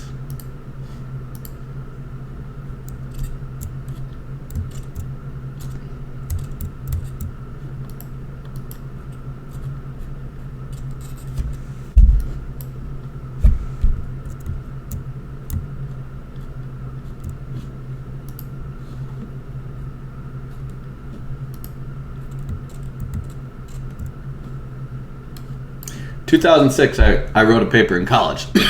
I said Russia's going to invade Georgia, right here. Ukraine, right here.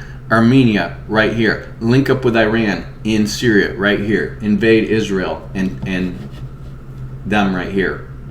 Then I had a dream in, I think, 2003 2014, I had a dream, which we were all employed in making drones. This is before drones were even a thing. We were all employed in making drones. World War III was on. The internet was down, but I had access to a special phone, and I could talk to people in Seattle. And I was getting reports right from Seattle. This is before I got into recruiting, before I had connections in Seattle. Now I have a bunch of them on LinkedIn. And in 2000, I think it was around 2012, I had a dream that 5 bombs were dropped on Seattle from planes flown from Canada. Korean planes. And then after that, within like 6 months of that, they come out with a new Red Dawn movie where Korea invades Spokane, Washington. Why? Because that's how far they're going to get. They're going to get to the Rockies. They're going to invade and they're going to get to the Rockies. Okay, the wall that we're building, years before the wall came up, I knew about their plans for after World War III to have a superhighway that's going up into the heartland of Canada, going out here, and basically we're going to become a Chinese colony after that. Okay? David Wilkerson's division said he saw Chinese and UN troops running through America. We're on lock. We are not the superpower of the world anymore. We are a colony now.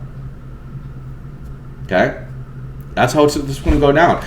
There's another guy with last name Peterson, I forget. He saw it too. He had a prophecy about it too, and I watched his prophecy with some friends about a month ago, and I'm like, that's what I've been dreaming. That's what I've been writing down. What he's saying is almost identical. You're going to have a worldwide blackout.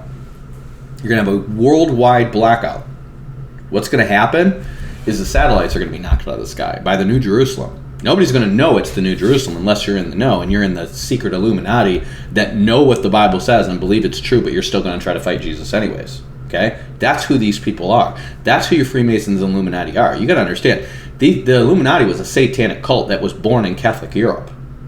The Freemasons are a false Judaism that goes all the way back to the Danites and the grandson of Moses. That's literally trickled, and now it's the Freemasons and it's everywhere. Okay? That's why it's all over Arabia, it's all over Europe, it's all over the West. It's literally throughout the world. There's a bunch of different names. These groups that are basically satanic cults. They believe the Bible is true. That's why you go into a Freemason temple and you're going to see a King James Bible in there. They believe the Bible's true, but they're going to try to fight Jesus anyways. And these people are going to try to go underground and leave us all to consolidate the world under the Antichrist and try to fight Jesus. That's what their plan is. Because their plan is to go down underground for 1,000 years, build up their technology, take the data from us trying to fight Jesus, and then try to fight Jesus again. This is already written in the Bible.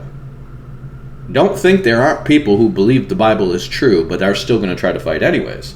One of them, his name is Lucifer. He knows the Bible is true, but he's still going to try to fight anyways. He's been watching God's prophecies come to pass to the letter for thousands of years. Don't think he doesn't have people who he's let in on the fact that, yes, the Bible is true, but we can still beat Jesus. Stick with me. Don't think that. And so you have all these people who are going to go underground, and the New Jerusalem is literally going to pass over the earth, and it's going to cause the sun to turn to darkness and the moon to turn to blood because it's as big as the freaking moon. In fact, it's exactly the size where it literally could be sitting behind the moon right now. And they keep sending, I'm not saying I know this, maybe I'm wrong, maybe some scientists can prove me wrong, but they keep trying to get to the dark side of the moon and take pictures of it, and these whatever their space missions happen end up going down. Why is that? Why are we always seeing one face of the moon? Why are we never seeing what's on the other side of the moon? This is a mystery, right? Like somehow God wound everything up to where when the moon circles around the earth, we're always seeing the exact same side of the moon, no matter how you're looking at it. And that's why we have this thing called the dark side of the moon. That's a mystery. And it just so happens that the New Jerusalem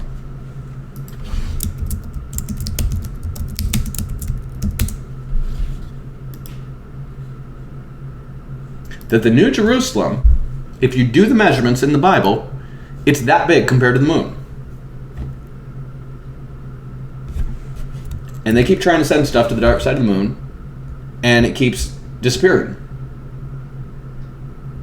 Well, if the moon is big enough to control the tides on the earth, what happens if there's something behind it or just pops out of, the fifth dimension or whatever, that is made of gold and stone and precious stones, which means it weighs a bajillion pounds.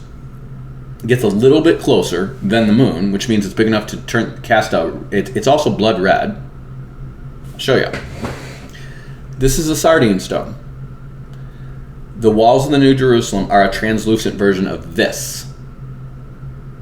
And whatever it does, causes the sun to turn to darkness and the moon to turn to blood, and the stars to fall from the heaven.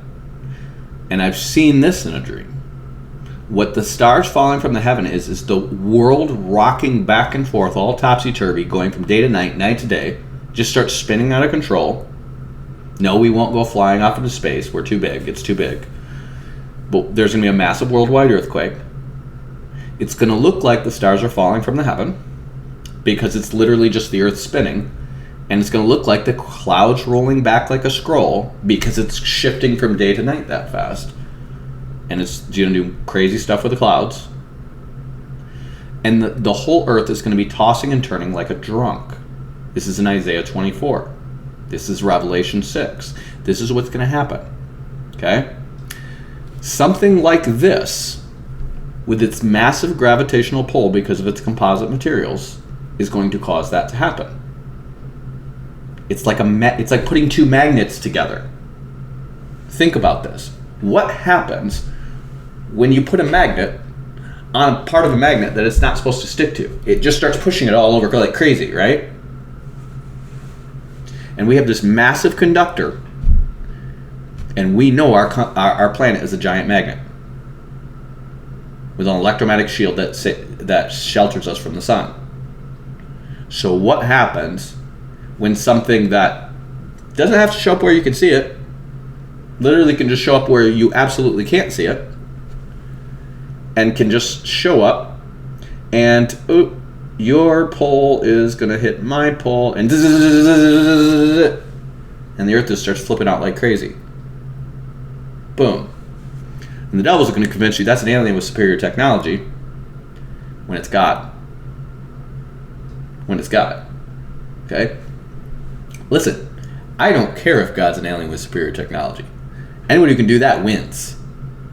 Okay? Anyone who can do that wins. Okay? But Satan's going to try to convince you that it's just an alien with superior technology, and if we all work together, go down to the belly of the earth and take the data and take the technology and eventually steal their city or blow up the Death Star, one of the two, that we can win this thing. We can still beat God. Okay? And that's my whole Millennium Underground series, which was what I was going to write, which is what my Revelation book is the backstory for. Okay? Now I'm going to work on that hopefully when I'm done with these two books, and that's probably going to be my life's legacy, and then I'm going to die. Okay? But that's what my plan is. But this is going to happen at the end of this Gog-Magog war.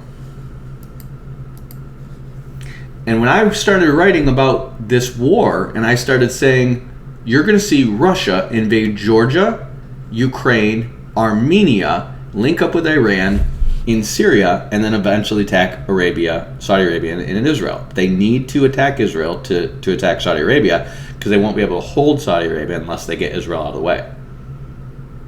Okay?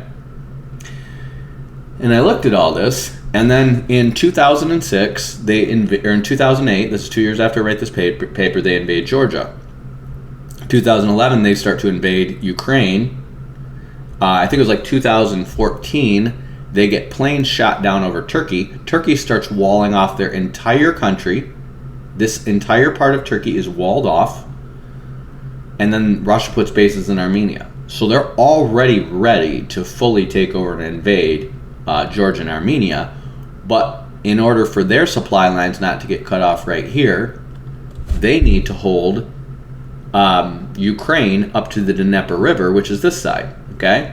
And then between Belarus and the Dnieper River, that will assure that their supply line right here can't get cut off by the NATO forces. And so that will allow them then to take over this and have a land bridge from here. So if Turkey blocks off the Straits of Gibraltar here, and NATO blocks off the Pillars of Hercules here, they can still resupply the Middle East. There's no point in invading it if you can't hold it. Their goal is to get here, get a corridor down here, take this over, and then eventually dissolve Turkey. Dissolve it. Okay? Now, in the book, they talk about dissolving Iran, too, because that's just as big of a threat. And Iran is colossally stupid if they're going to ally with Russia on this. But for the time being, they get to attack their mortal enemy, which is Saudi Arabia. And they get to emerge as the true power of Islam. That's what's going to that's the deal. So when Russia does all this, they're going to tell them they can hold all the holy sites. They completely control Islam in Iran. Shia Islam wins permanently, and Russia just gets all the oil wealth. And they're in on it too, and Syria will be in on it too. And so you have Syria, Shia-controlled Iraq, and Iran all winning, because now their oil all gets to go to Europe instead of the Saudi Arabian oil. But they control the Russians control the Saudi Arabian oil, and then Russia controls China, and they have deals with China based on we give you oil and you give us manufactured goods, and we give you food and you give us manufactured goods, and we got a pretty good relationship here. And then they do the same thing with Europe. And that's how Russia stays legitimate and stays powerful instead of dying, because it's dying right now. Okay? And we sit there with the infographic show making fun of Russia all day like, oh, they've got thousands of nukes, but they're a joke. They've got thousands of nukes, but they're a joke. And we're going to keep trolling Putin and mocking Putin all day long, who has thousands of nukes and billions of people who see things his way. Billions. Like, oh, Russia's a joke. They only have, like, whatever, 100 million people now. They only have 100 million people. But do you know how many people are in all these stand countries in India and all this? Go get a map of human population density. Let me tell you, it's in the billions. They have billions of people who see things their way. Okay? They don't want to be ruled by Russia, and Russia's not trying to rule them. But they see things their way. And the reason they're not pouring their troops in to back up Russia right now, because Russia's already made deals with them. And he says, once I get Ukraine and this and this and this, it's on. Okay? Russia needs to do what Russia needs to do before they back up. But North Korea is begging them. They've got millions of people signing up for the army because they're starving, and they're begging Russia to send their millions of troops to help Russia rebuild the cities they've just taken in Ukraine and help their armies. Begging them. These guys all get a piece of the oil to Europe once that happens, because right now they're not getting it. They're selling oil to China and India, but the big money is selling it to Europe, where it's $6, $7 a gallon for gas. $10 a gallon for gas. That's where the big money is. And they don't have access to it unless they deal with America, because America is basically running the people who control OPEC. All these people see things Russia's way. And we're turning all our daughters into porn stars and our kids into pedo bait.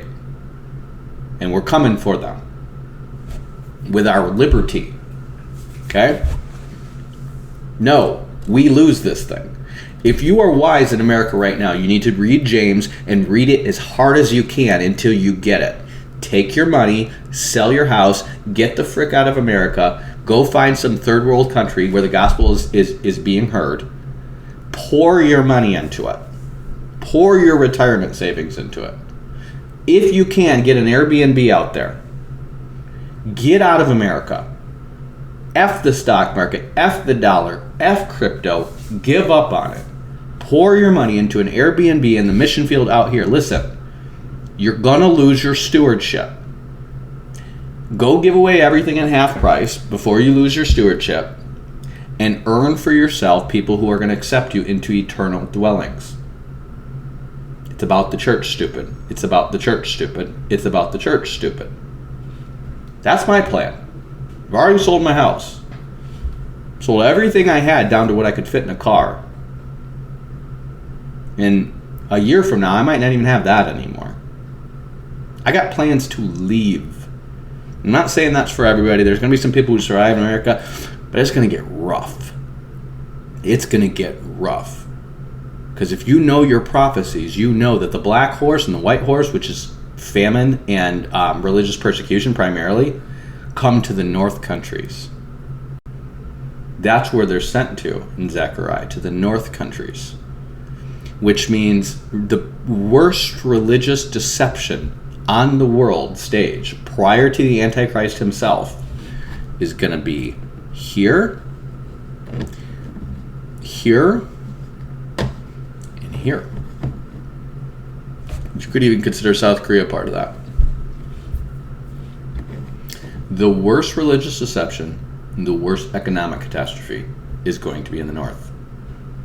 The red horse is going to be everywhere. The death horse is going to be probably primarily in the south. They're going to suffer the worst from all the pandemics and stuff that are coming, and the starvation and stuff like that.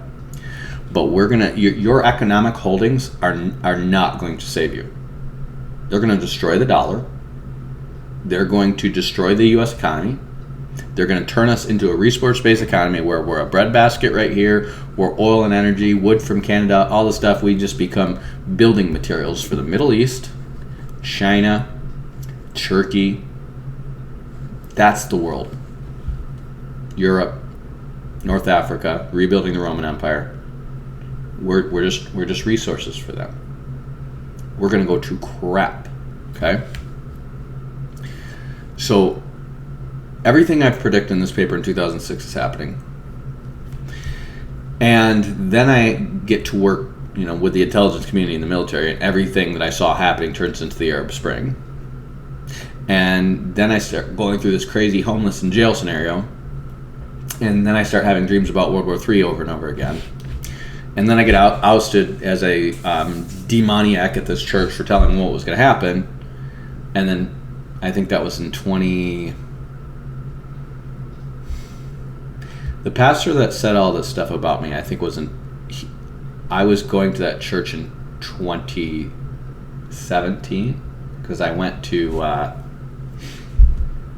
Israel with him on the day Trump won the election. We were on a plane to Israel. So in 2016, I was on a plane with this guy in November 2016. He started slandering me he started slandering me in the spring of 2017. Okay, about 6 months later. And I said there's something coming and we're not prepared for it. 2019 was when COVID officially made the news, but it actually started spreading in 2018. We know that for a fact. Okay? So I was literally a year away from COVID. God's telling me this is going to happen. And I go from there to a Baptist church. And then this Baptist church wants to buy this $3 million building for their youth group. And I'm just like, I'm one of two people who voted down, and I'm just like, that you're never going to have that building. You're never going to have that building. They're still trying. COVID wasn't enough to tell them a $3 million building investment is a dumb idea. This is how blind we are. God just showed you how quickly the world can shut down the church. And they're building like never before. Church growth, church plants everywhere. Real estate debt everywhere. Why? Because if we can get these suckers, the next economic bubble that bursts is not going to be the housing market. That's going to be part of it. What do you think is going to happen when the church real estate market bubble bursts? People don't realize this. The government all of a sudden, listen to this. The government goes after churches meeting because of pandemics or whatever reason, and all of a sudden they're defaulting on all this billions and billions of dollars of church real estate debt. At the same time, the dollar's diluted. At the same time, World War III is happening. It's going to be chaos. It's going to be 2008 on steroids and crack and cocaine and just amphetamines and bath salts. Zombies everywhere. It's going to be so bad. There's already millions and millions of homeless running around the U.S. from 2008. Never recovered. I'm one of them. By the grace of God, I recovered. Okay, there are millions of homeless. When I was homeless, there were guys who were like guys you would have went to college with. Guys who are like putting on a suit and in a coffee shop and crushing it, going after job ads and stuff like that. It was awful, you guys. You youngins never lived through it. It was awful to sit here and go, I have a bachelor's degree with a 3.9 and I can't find a job to save my life. A temp job, anything. And that's nothing compared to what's coming. And you guys have never had a lick of college.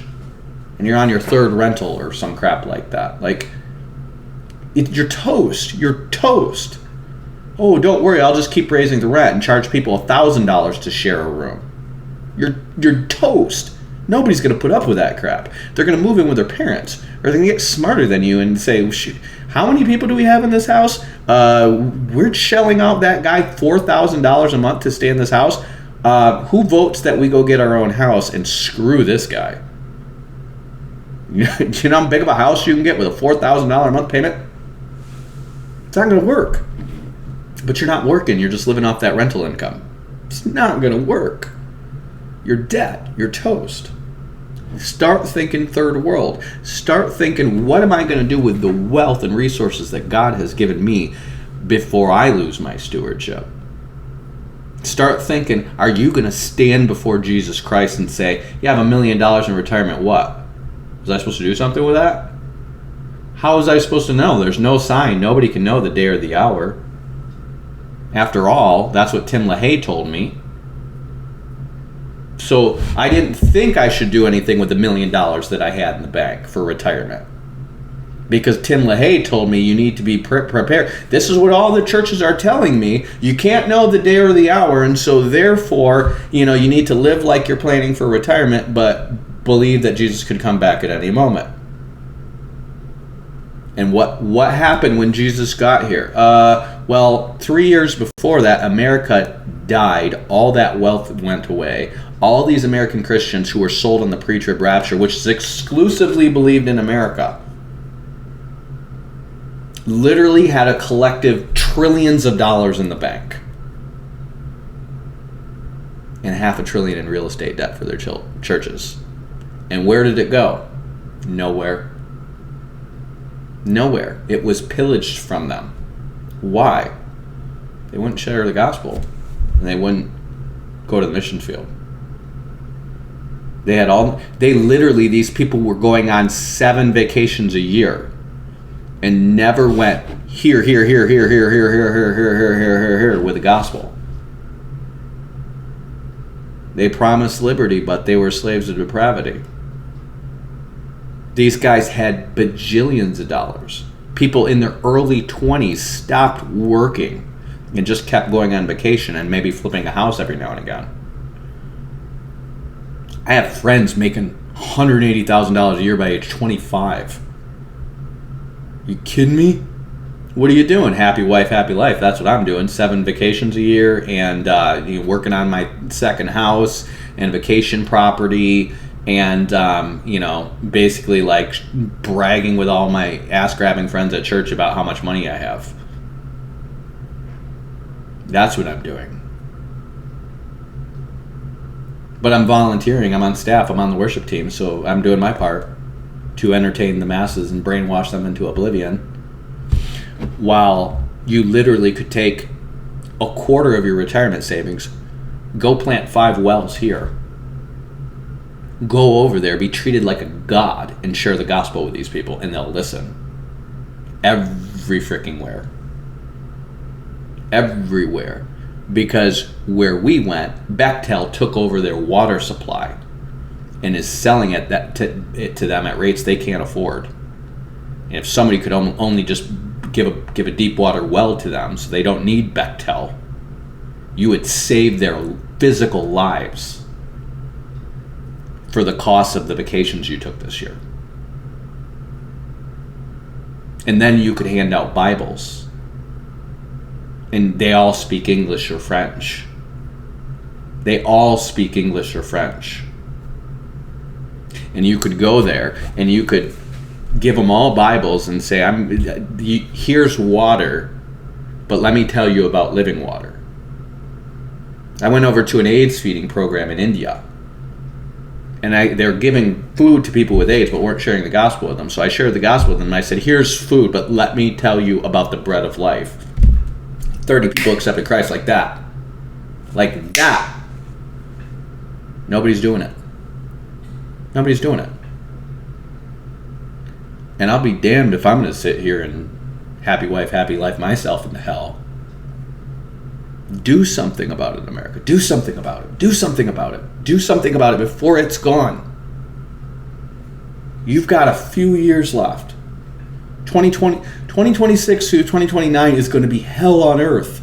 And that's not even the tribulation. They're trying to sell you on the idea that it's the tribulation. When this next election comes up, it's going to be chaos. Chaos. It's going to be civil war no matter who wins. Chaos. Rome is burning. And when it happens, when it goes down, you guys are going to be like, I never saw that coming. Someone's going to talk to you about the rapture, and you're going to be like, but pan-trib, that means it's all going to pan out in the end. Because you've been loaded up with these dumbass one-liners by these dumbass pastors who don't give a crap about anything but their retirement plan. And they would hand you over to Hitler if it got them a seat at the front of the bus instead of the back of the bus, going to the same death camp as you. They're like 90% dishonest and 90% stupid and can't figure out that doesn't add up to 100%. That's these people. Equal parts dishonest and stupid. They're the worst kind of people in the world. They're running your churches. They're running your schools. They're running your banks. They're running your businesses because nobody for the past 300 years said, wait a minute. Maybe this is talking about us. You know, the people running around with a snake on a flag saying, don't tread on me, give me my guns, don't you dare tell me what to do. I'm the master of my own destiny. I submit to no one. Maybe that's talking about us. And nobody's saying it. Nobody's preaching it. 9/11 was just like, surprise, you're all going to die. 20 years ago. Over 20 years ago. Nobody listened. Going into Iraq was, surprise, you're all going to die. You're Nazi Germany, America. I was talking to people back in 2009. We're Nazi Germany. Yeah, we're Nazi Germany. We're Nazi Germany. No, Nazi Germany's fascist. We're not fascist.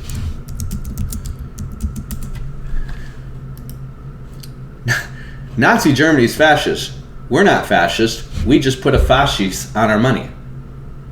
We're shiny. We're not red and black. We're red, white, and blue. We're not like the Nazis. They're transparently bad.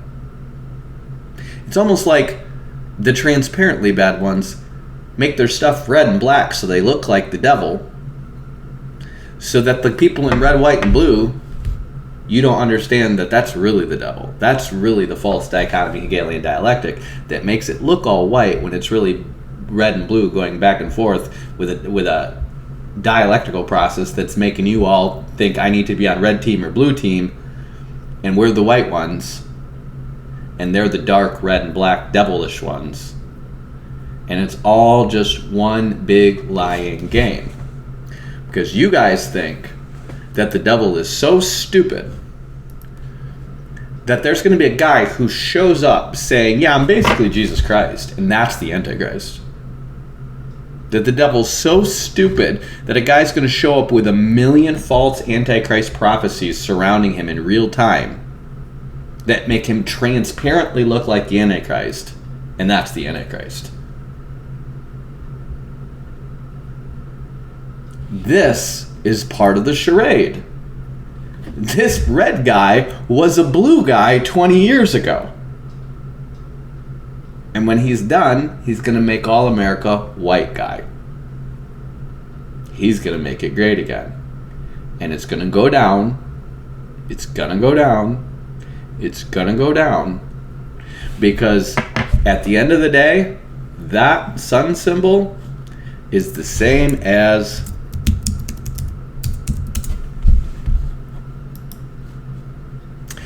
that sun symbol.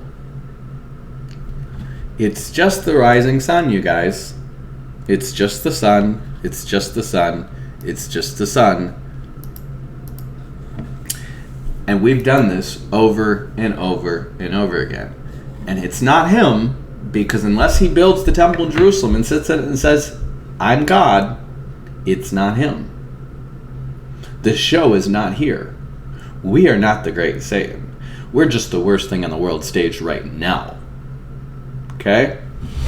So you guys need to wake up, start thinking third world. You need to find something low-key, underground. Listen, I'm going to Bible study with charismatic people. I'm not feeling a lot of their doctrine, but these people are going to Walmarts on a regular basis and sharing the gospel with people. What are you doing?